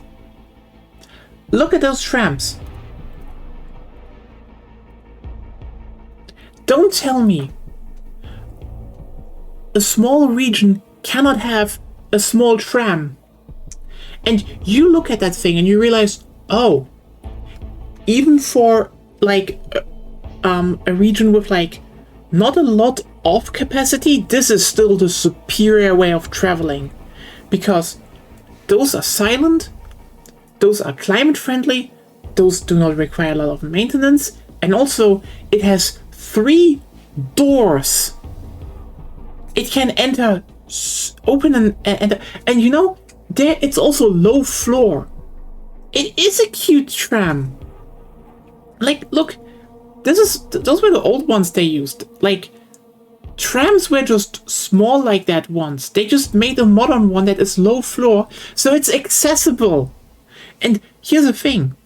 This is better than a bus, because when you build a tram like that, you can fixture where the where the entrances are, and you can make it really easy for people in wheelchairs to enter and leave the tram. This is better than the bus. Yeah, by the way, if you're seeing here, it's not even that long. There's like it's basically on the outskirts of Berlin. Like literally, this is the border to Berlin. There's the Bahnhof Ransdorf. I think there is an S-Bahn there, and it just starts there, goes into goes through the town to the Schleuse, which is like where you can like lift boats up and down, and that's it. And truth be told, they could build a second one just in this direction, or and the third one up there. I think that one working in Zealand as well. Yes, this is what I mean. You do not even need again, this is really low profile. This is something that you can just build and it works, and it's really harmonious in this in the landscape of the city, because again, the crucial part here is all of this is scalable. Like, if Zealand, I would say Zealand probably doesn't need that big of a tram. You can have 2 together, but that's fine. You can have like your small tram. They just drive around. And also, by the way, can I just point out how this one just like this is cute. You're completely right. This is cute. But you know what the best argument for that is, by the way? For like, when you make a few like, especially not the main, like, I think probably in Zealand you can have 1 or 2 lines that need bigger trams, because, they're kind of big lines. But probably a few more that, a few that just need small ones, because the thing is, this right here, this tram right here, that is the exact thing that all the tech bros always try to be like, oh, we just need to have like small autonomous pods. Yeah, some regions don't need like the biggest thing, but that's it. You put down tram tracks, you put a small tram on it, it works. That's a thing you can bring up. That's a thing you can push, because sometimes a city really just needs a few small lines that run on their own right-of-way, like routinely, and that's enough. Like, this thing is, again, over 111 years old. It is what they're trying to reinvent all the time, and it's like, it is so funny to me because, again, the classic tram is already like a very compact vehicle to just get people from point A to B, and they just made a modern version of that with low floor. The tech exists. This isn't even like this isn't even something where you can say, oh, we need to look into it. No, you can just go to the same manufacturer and say, we also want some of those. And then you just lay out everything, then with some redundancy that you could maybe make, just in case you can make the stations bigger, you can put down a second track besides them, and boom, you have a system that is scalable. And that will probably be scaled. And then you're like, oh, but if we need to replace the small ones with bigger ones, what are you doing? You build new tram lines and use the small ones on them. You already have them, you just need more tracks. Obviously. And that's how you plan stuff. Like, and also I will point out, the crew here is, the crux of this thing is, this is literally mainly there to get God, I can see the Lissingen Beach Boulevard Cafe and with trams like these now, and it is so much better. Yes, I know. Lissingen.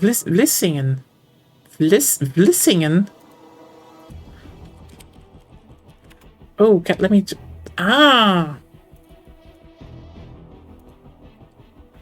I can absolutely see that. Honestly, no. I totally agree with you here. You can definitely run one down the beach, and one to the main stage, because again, the crucial thing here is, okay, as you see on this picture, it is basically just something that takes in the village and carts it back to the station, where the S-Bahn is. And I can almost guess there is probably a station that a lot of people use in Zealand to drive to relevant places, or to drive to places in Zealand. So you could just have one big line and a few small lines spread out from those, and it would be enough. Like, you don't need to you need to imagine a tram network needs to be planned. Like, how are those things called again? That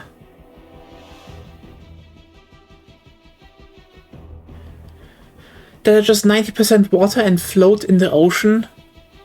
Jellyfish? Yeah, that one jellyfish that has like really long tentacles down. There's several of those. But like, basically those are the ones that make sense, because you have central hub that needs nourishing, so people, but all the nourishment is down below, so we need to build main lines down and then small lines out, because the small lines capture all the things and then funnel it back. That's how you need to build a network. But yeah, I can absolutely see that being done in this city, especially since this is a relatively compact city, so a compact tram would fit right in, I would say.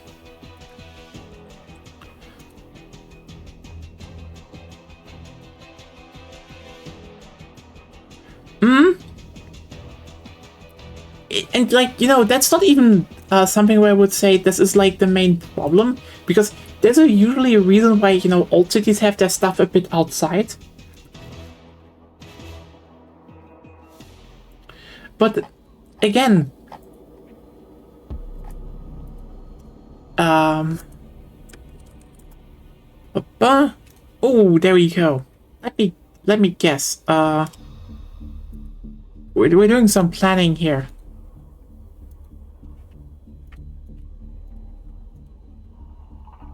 So this is where it is. Da,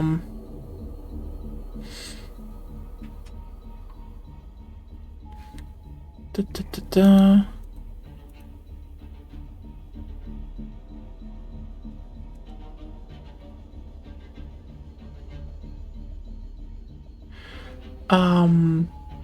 I guess this is not it. Those are all.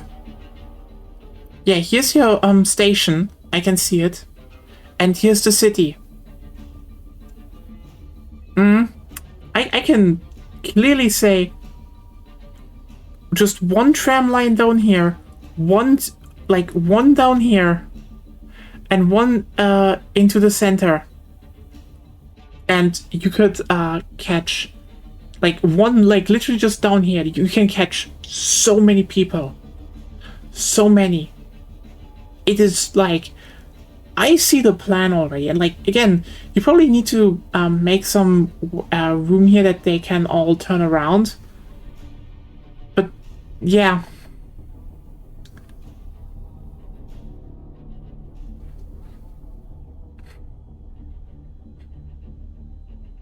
You have, they literally have room for like at least 3 lines, 3 to 4 lines.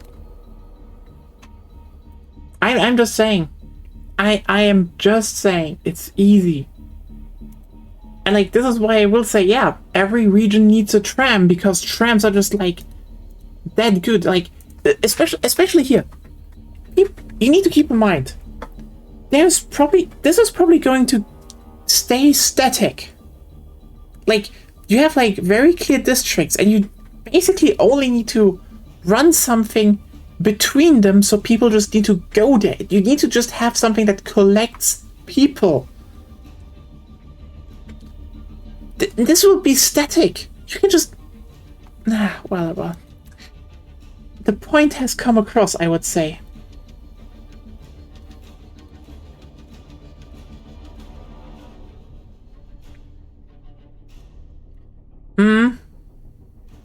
And staticness is like the thing you want in a in stuff like that.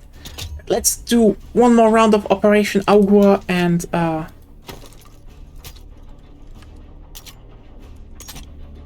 28.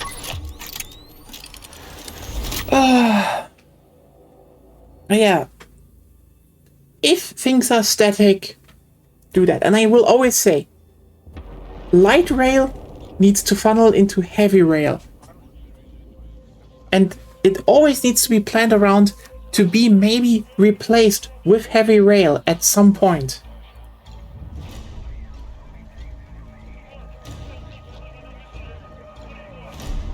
And even then, I think on I think the small ones are probably perfect for the as you said, the beach part, and maybe the old town.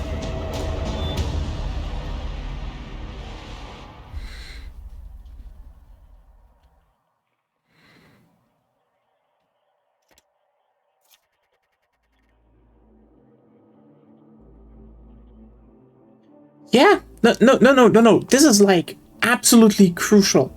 Like, I know, okay, people... Okay, listen, the biggest argument you can make for a tram in Zealand, and like also one that maybe goes to other towns, you know, across the beach.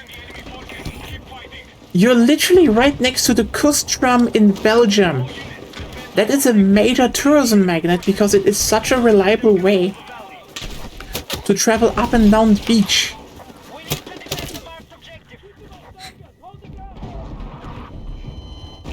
And like, here's the thing. There are studies for that. I need to look up, like, tourists rather use trains than they use buses. Buses are just not liked. Like, when they're there and they do the job, obviously people use them. But the thing is, so if you want to have tourism in an area, people want reliability. And here's the thing, and I know this is probably a bit harsh to buses, but buses do not have the feeling of reliability. a lot of buses are reliable. Let's just get that out of the way. A lot of buses are reliable, okay? But they do not feel reliable. And you need to keep in mind, people come to a country, to a place where they are not from. They do not know, is this bus, is a bus rerouted or anything. It's unclear. Buses are, on a fundamental level, something for local people. Hell, even here, sometimes I go onto a bus and I'm like, oh, it's rerouted again because of, you know, stuff. Trams? Trams are reliable. When you hear this tram, trams crave the certainty of steel. Yeah, they crave that. Trams are just like, it goes somewhere, it's on the plan, and because it's a tram, it will not reroute suddenly. You know when it comes. You usually have very clear signs when a tram is arriving. It's just better.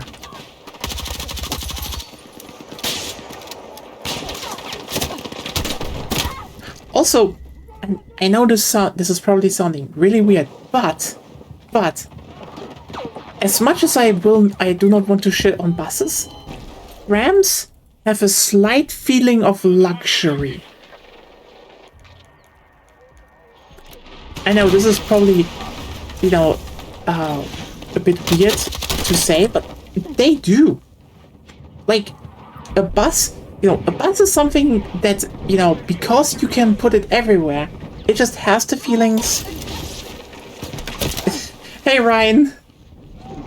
But yeah, how are you doing? Because, you know, when you go and you have like a bus, it is one of those things that you can slap everywhere. They're good, that is like their strength, but you know, it's just such an everyday thing. A tram, on the other hand, you're in a steel carriage, a train. You know, a train that is associated with like big railways that just carries you around on a small scale. Hope you can get some good eep. I'm also just like tired today. Like this is probably also the final round. And my team definitely is not good at doing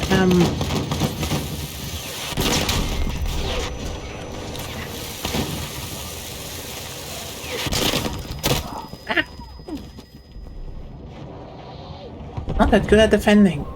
But yeah. That is just the thing. Trams just have a little bit more pizzazz to them.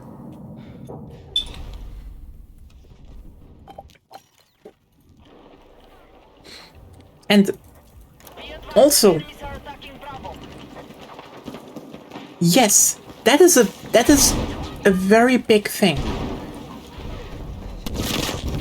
And also, like, you know, the irony is, even if you don't have one, you can definitely buy some old trams from other cities and then still be like, oh, we have nostalgia tours. It's bullshit because, you know,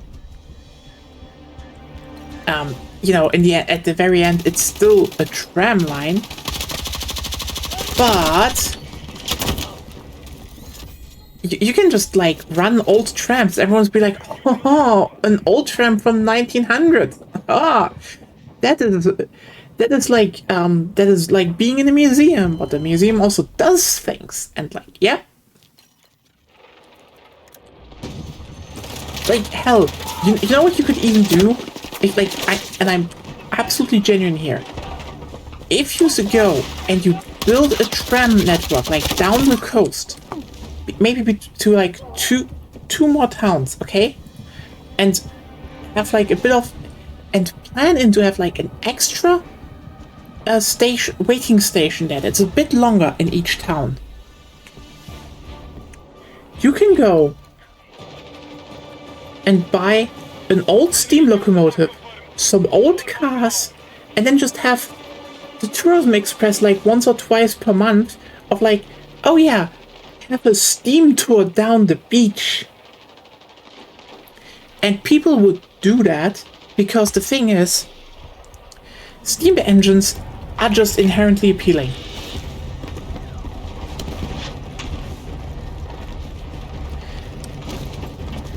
Not even like a thing I made up. Like, steam engines genuinely are just appealing to people. Because they are, like, you know, legitimate monsters of, well, steam and metal. They, you know, they breathe. They have character. People just are, like... Look, I could even take someone like Agonia, and if there was, like, ever a big steam engine at the Hamburg Hauptbahnhof, I could take her there, show her the steam engine, and she would also be a bit amazed by it. Because a running steam engine is just impressive.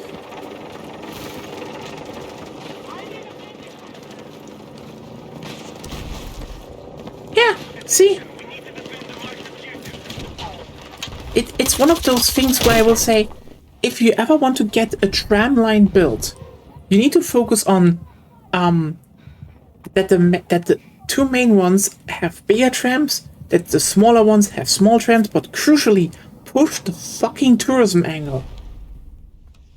Because nothing is easier tourism money than saying people can just come with the train, go onto the tram, and be driven right where they need to be. And you know what? If you have hotels, literally run them by the hotels. Sure, also by the you know, by the beach. But do you know how big that is? If someone can just go there by tram, people will love that shit.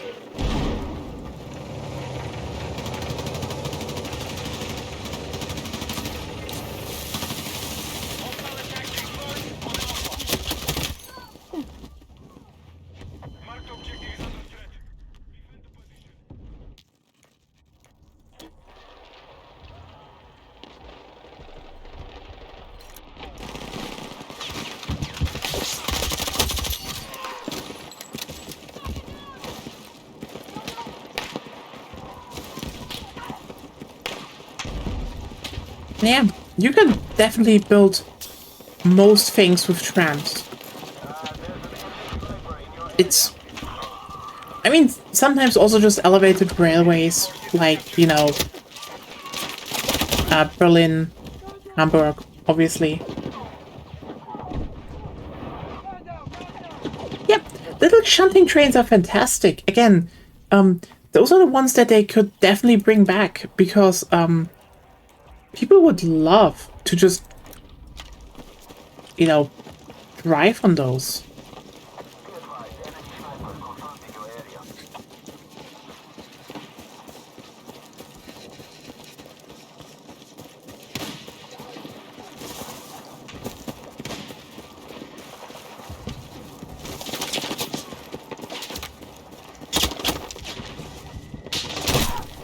Like, there's a reason one of the, you know, some of the most popular spots, like one of some of the popular tourist attractions in Germany, are quite literally a bunch of old train lines, or, you know, museum train lines.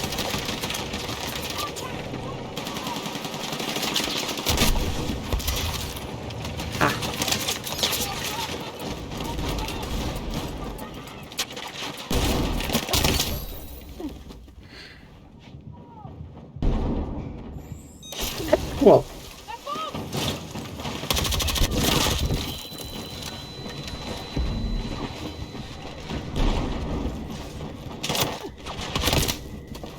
that's actually really cool. But hey, one of the most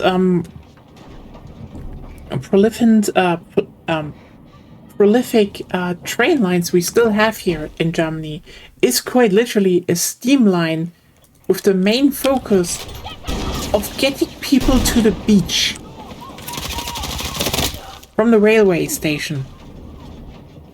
And trust me, the thing that will sell this shit a lot, like again, even if they just go to the museum and say, hey, you know, you can put up, use one or two of the shunting locomotives to like pull a small train like every second Sunday during the summer through town. That shit would be killer. Because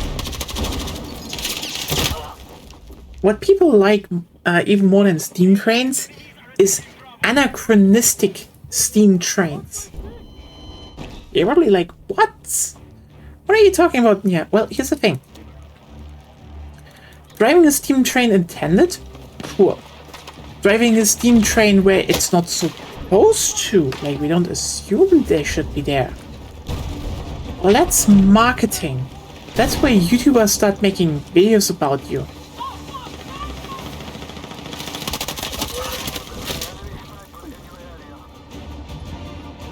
Like, Enemy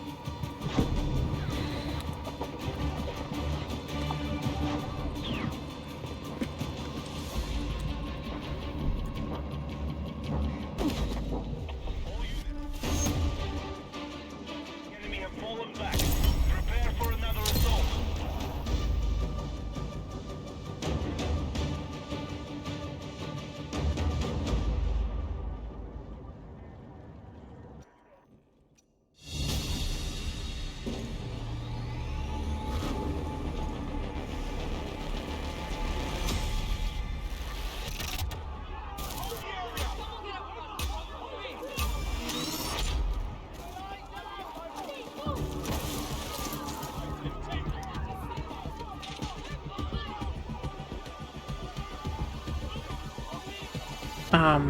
yeah. Here's here's just a thing I want to point out.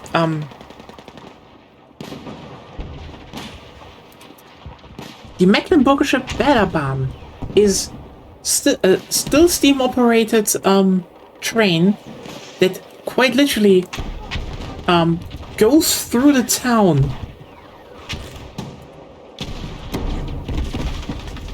Like right next to shopping.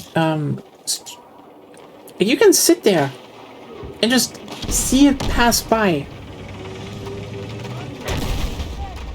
This is what I mean with having a small train running on steam. Like, not even always, but sometimes. Even if it's usually a tramway. People will go there and want to see this.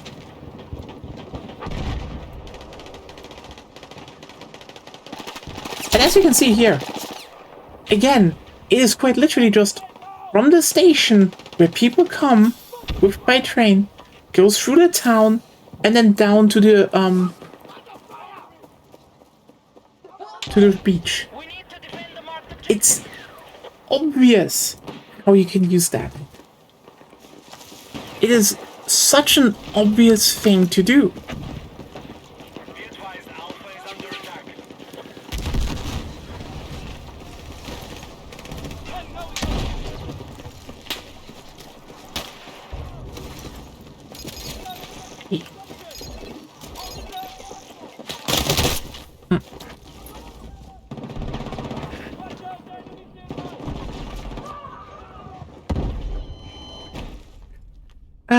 Also, again, you know, you just like operate a few times a coal-powered thing. Coal is still like found in Europe. But the rest, like again, the moment you have a tram network there, you can just say, we just don't need the buses that much anymore. We can save on fuel and oil, which is, you know, pretty good considering the Strait of Hormuz will probably stay blocked for the next year. Once again, I do think every single politician that is now not pivoting to building a fuck ton of trams is a traitor. Period. That is the correct way to say it. We know the Strait of Hormuz is important. We know it's fucked. We know it's not going to open quickly again. And We should just, like, stop making ourselves, reliant on oil. Oh, okay, 1 second. I just had to kill some people.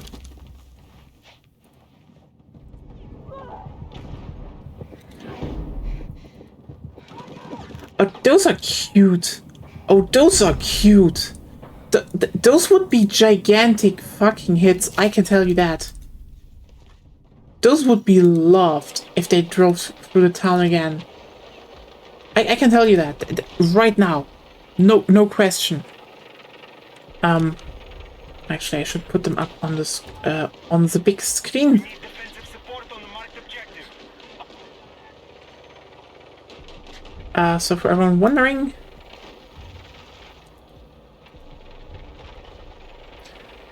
we have this little Cubus, which is just adorable, shunting little locomotive. And again, this one would be a fan favorite if it ran through town again. People would love it. That thing is lovely. That is just absolutely lovely.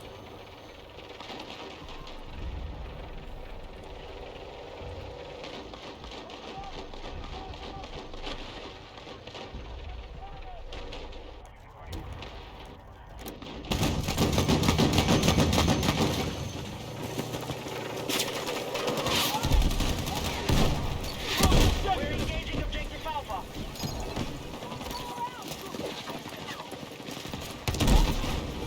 Crack away!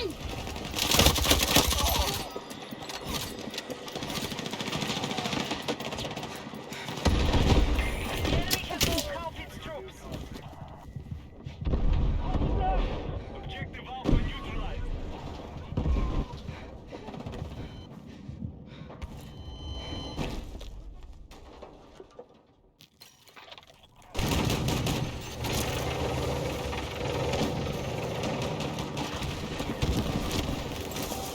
We've secured objective Alpha.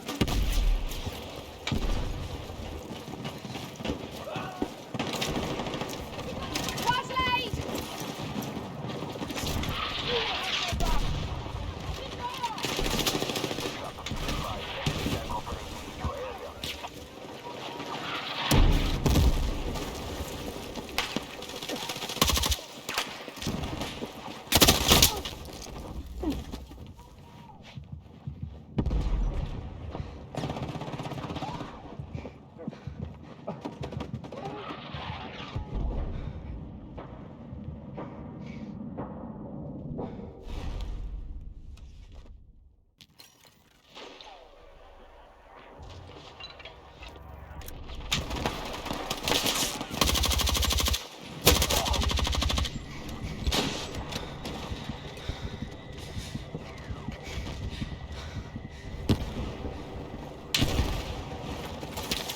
We need defensive support on the marked objective. Yeah, no, but there's such obvious practical workhorses, but still, you could feel that the markers were going. No, we're going to make these quality. Yeah, make us. Hey, got better play! Hey, they're great. Like again, those are perfect for summer tourism. No question. You just legitimately need a railway line to use them on. Enemy forces have captured Alpha.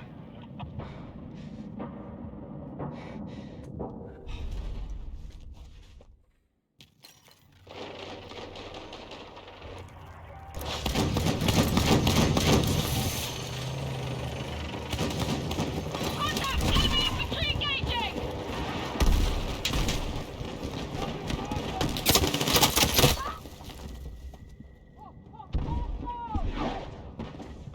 The enemy have expended most of their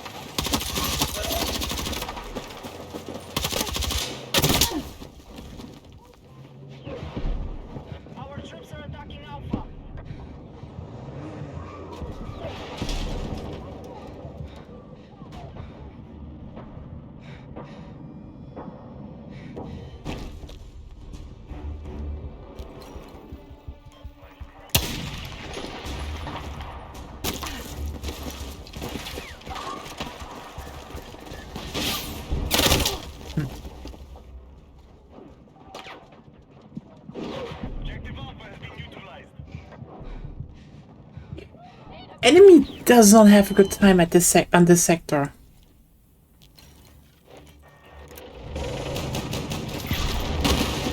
We should get onto B though. Oh yeah.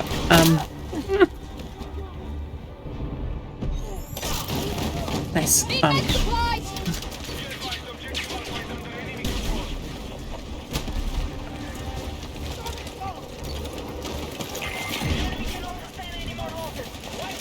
Yeah.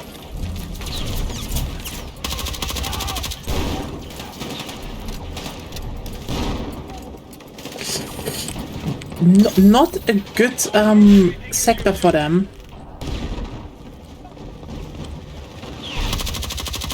This basically guarantees this operation to our team. If they, if they don't have like the god attack now. I did on Tuesday after I streamed. I also did another round later, and my team just marched through on the 1st battalion. Like, imagine not even being able to stop the 1st battalion and the enemy just walks through 2 maps. That's But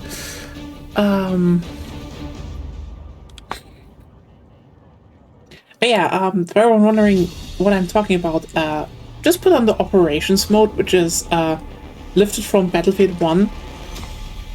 So we're basically doing World War I wave tactics again. Basically, the idea is, one team needs to attack, one team needs to defend, with over 2 maps. But as you can see on the up left, besides the 200, those are the tickets of 1 battalion, and each team has 3 battalions. If one is drained, they get, more tanks and vehicles, at least in this game. And then, the next one comes in and tries to keep conquering. It's fun. I just kind of wish we actually had a behemoth, which, probably on this map is not that easy to do. I get why I'm just putting more tanks on, but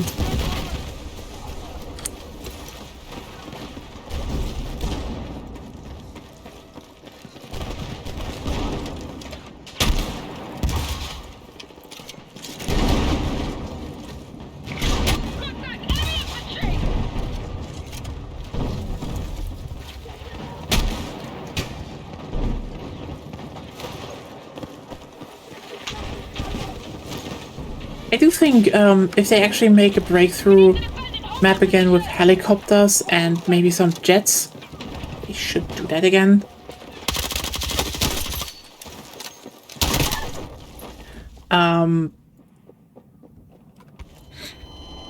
They should put in something like an AC-130. That would be cool.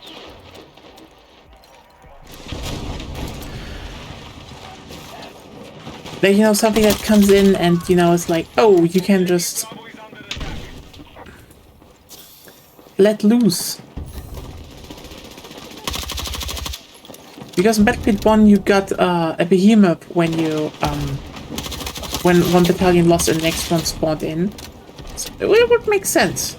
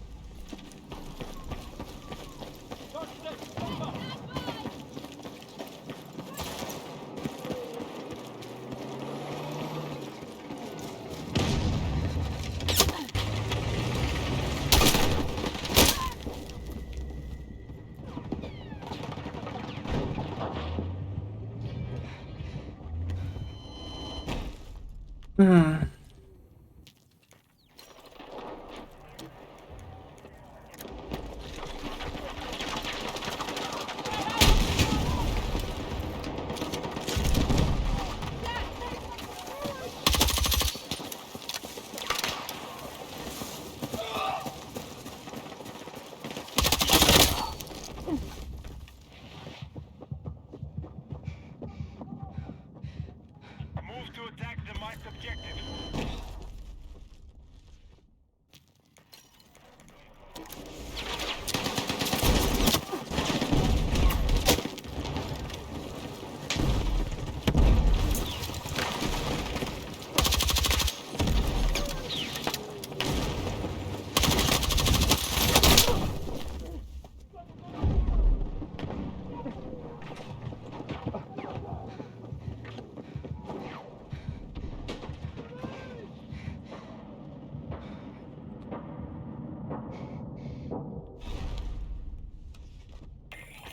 Casualties are being reported.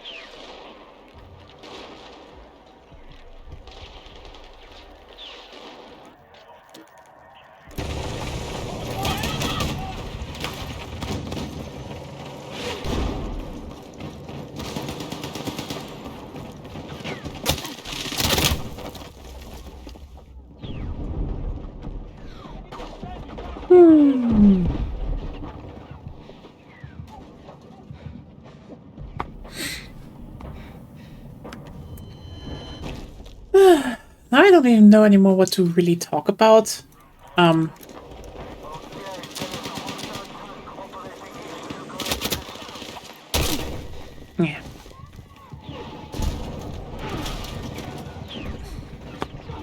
Like, we went through everything today. People being stupid, stupid and illiterate, tramps.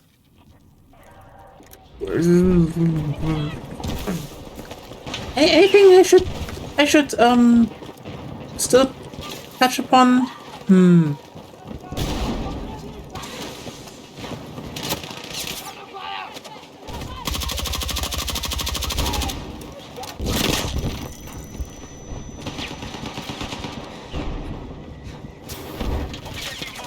Support the attack.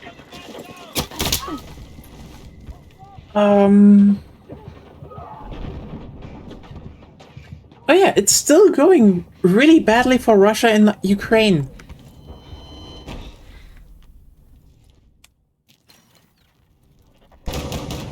So, those are fun news. At least, you know, it's positive news. You like when, I think we all like it when fascists, lose. Be advised, enemies are attacking Bravo.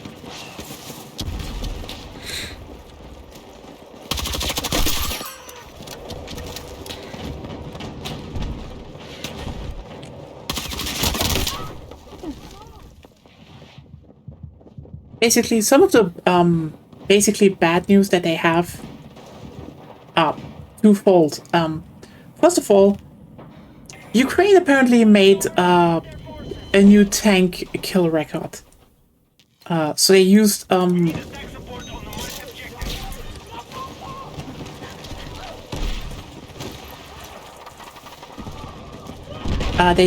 they actually managed to kill a Russian tank with a Leopard 8, Leopard 2 A6 over 5.5 kilometers away. Just so you know, if you're like, is that impressive? That is impressive because that is like half a kilometer longer than, you know, the range where everyone thought you would not hit anything anymore. So, impressive feat, honestly. But also,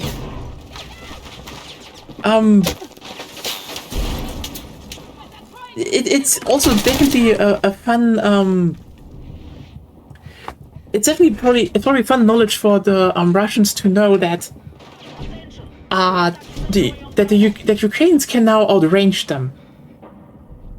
I think they already could, because, you know, longer range on Western tanks, plus Western tanks hold up better, but different topic.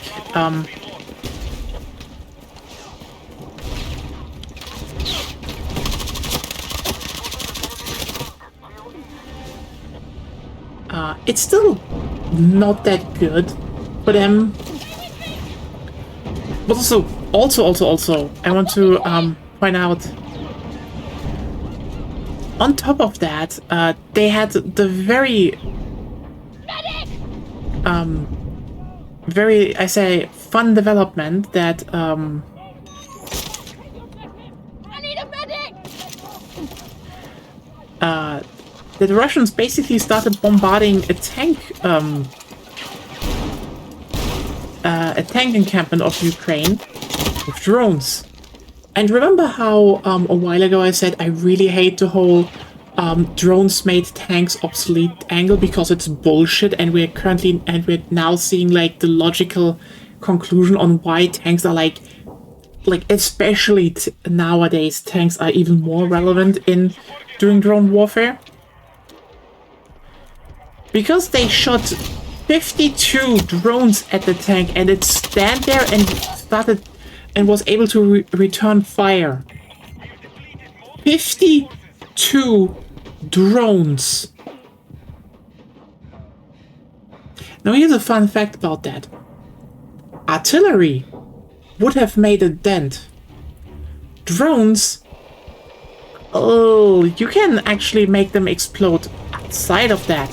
And even then, some relatively solid armor with reinforced armor, that can take a blast. And you're probably now thinking, oh, yeah, that was probably like, you know, a modern tank. One of those that are, you know, relatively well armored and can sustain a lot of fire. You know, one like the Challenger 2 or the Stritzwagen. It was a Leopard 1. A Leopard 1. Remember what I said about the problem with drones is that they are basic, like the idea of the cheap drone is bullshit. Because yes, in the beginning they're cheap, but then there it has a surprise effect. The one they had redeployed World War II equipment, the Russian government should have reconsidered their actions. Yep. But nope, they can't, because fascism demands that the war goes on. But yeah, you need to keep in mind, the Leopard 1 was like quite literally a tank where everyone was like, ah, they're so old. The Leopard 1 is the backbone of the Ukrainian tank forces nowadays. Sure. The Leopard 2s, they're the ones that they deploy together with Mardas when they want to have breakthroughs, you know, with Mardas and Bradleys. Because, oh, it turns out like, oh, but IFVs can die to drones easily. IFVs also die easily to rockets. And like, let's just be clear here. The one drone that Russia keeps pushing in their propaganda, and this is mostly Russian propaganda, is basically just a fancy loitering munition. Just a fancy TV guided missile. That's it. It's nothing special. It still does damage. True. But like, we had one confirmed impact from that thing on a T-62. Barely scratched it.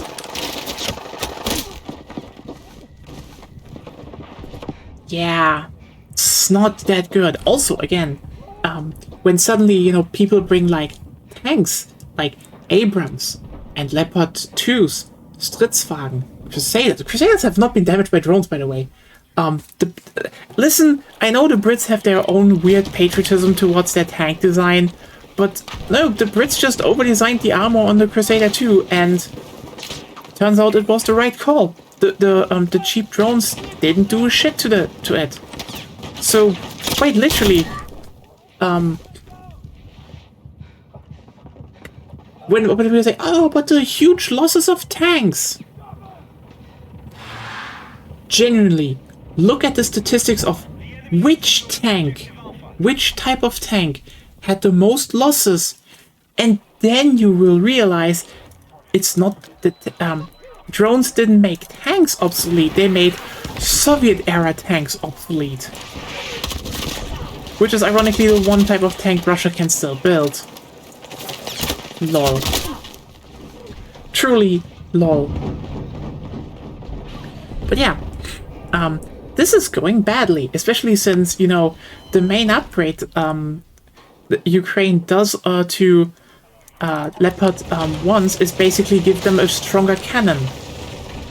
Wooden stakes are lethal to vampires, they're lethal to everyone. Which vampire manga? But yeah, true. Vampire wooden stakes are legal to everyone.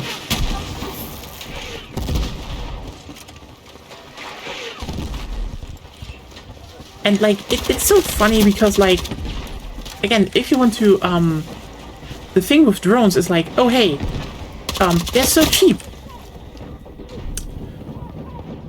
So here's the thing. You can jam drones and they just fall out of the sky. So what do? Both sides started jamming drones. Then they couldn't. Karen by Yuna Kagezaki. I will look that up. That's literally what happened. Both sides started jamming. Then the Russians were like, oh, we need to have an attack. So they opened one channel for their drones. And the Ukrainians just literally had to check which channel was unjammed and jam it. So literally, that is when the Russians stopped jamming. But that actually meant that Ukrainians now could just launch counteroffensives with their drones. Which then led to the whole dumb thing that regions on the front line now look like a Spider-Man civil war happens because both sides just lose fiber optic cable. They just wired their drones. Because obviously they did.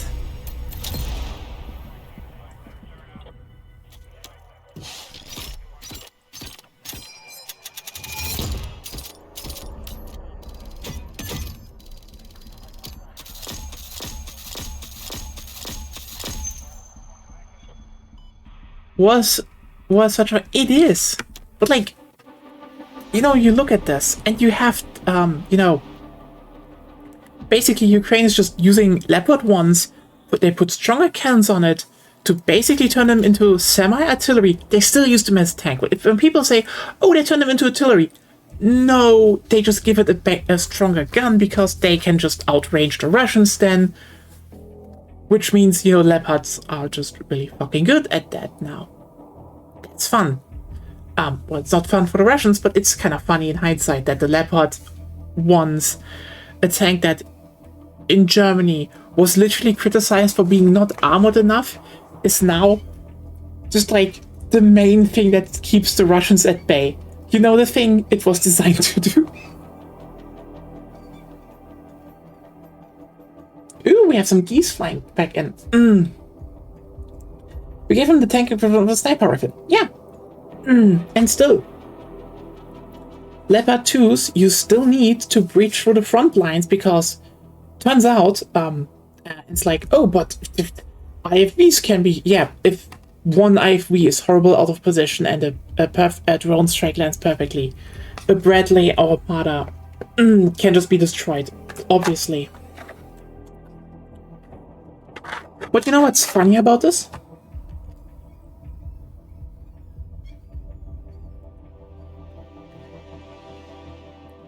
They usually use them the moment they actually have air superiority. And then turns out the Mardas are so good because I don't know. I think if I was a Russian and suddenly the whole drone stuff is down and the Ukrainians advance with an IFV that my shitty RPGs can't easily can't easily destroy because they're still relatively well armored, and you know, it just starts firing onto me and then unloads a bunch of soldiers onto my trench. That's still bad. That's still why you have IFVs.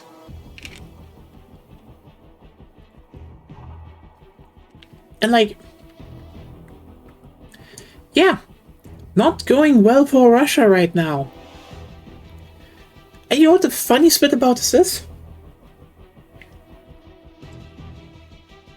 Ukraine got so good at killing the Russian tanks, you know, with, by the way, also javelins, and other, you know, rocket launchers, and also some drones, that the Russians just like,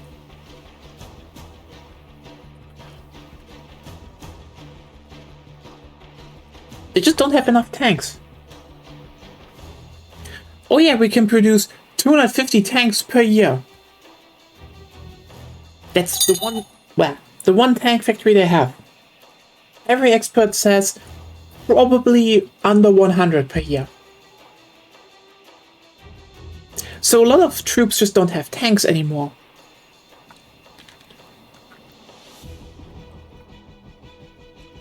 So what literally happens is there are tank battalions waiting for a tank, and then half of it of the group just gets drafted and sent to the front lines.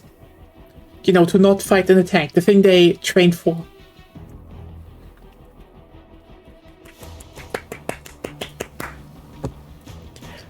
I applaud. Remember when I talked about how the problem of Soviet tanks is that they literally blow up? They always have burnout, a thing that happens very, very rarely in Western tanks, which is why Ukraine has such a high retention of, like, tank drivers and crews, and actually has, like, no experience drain, like, or very little. Yeah, Russia kills them before they can gain experience. Amazing. It's going so well for Putin right now. It's going so fucking well.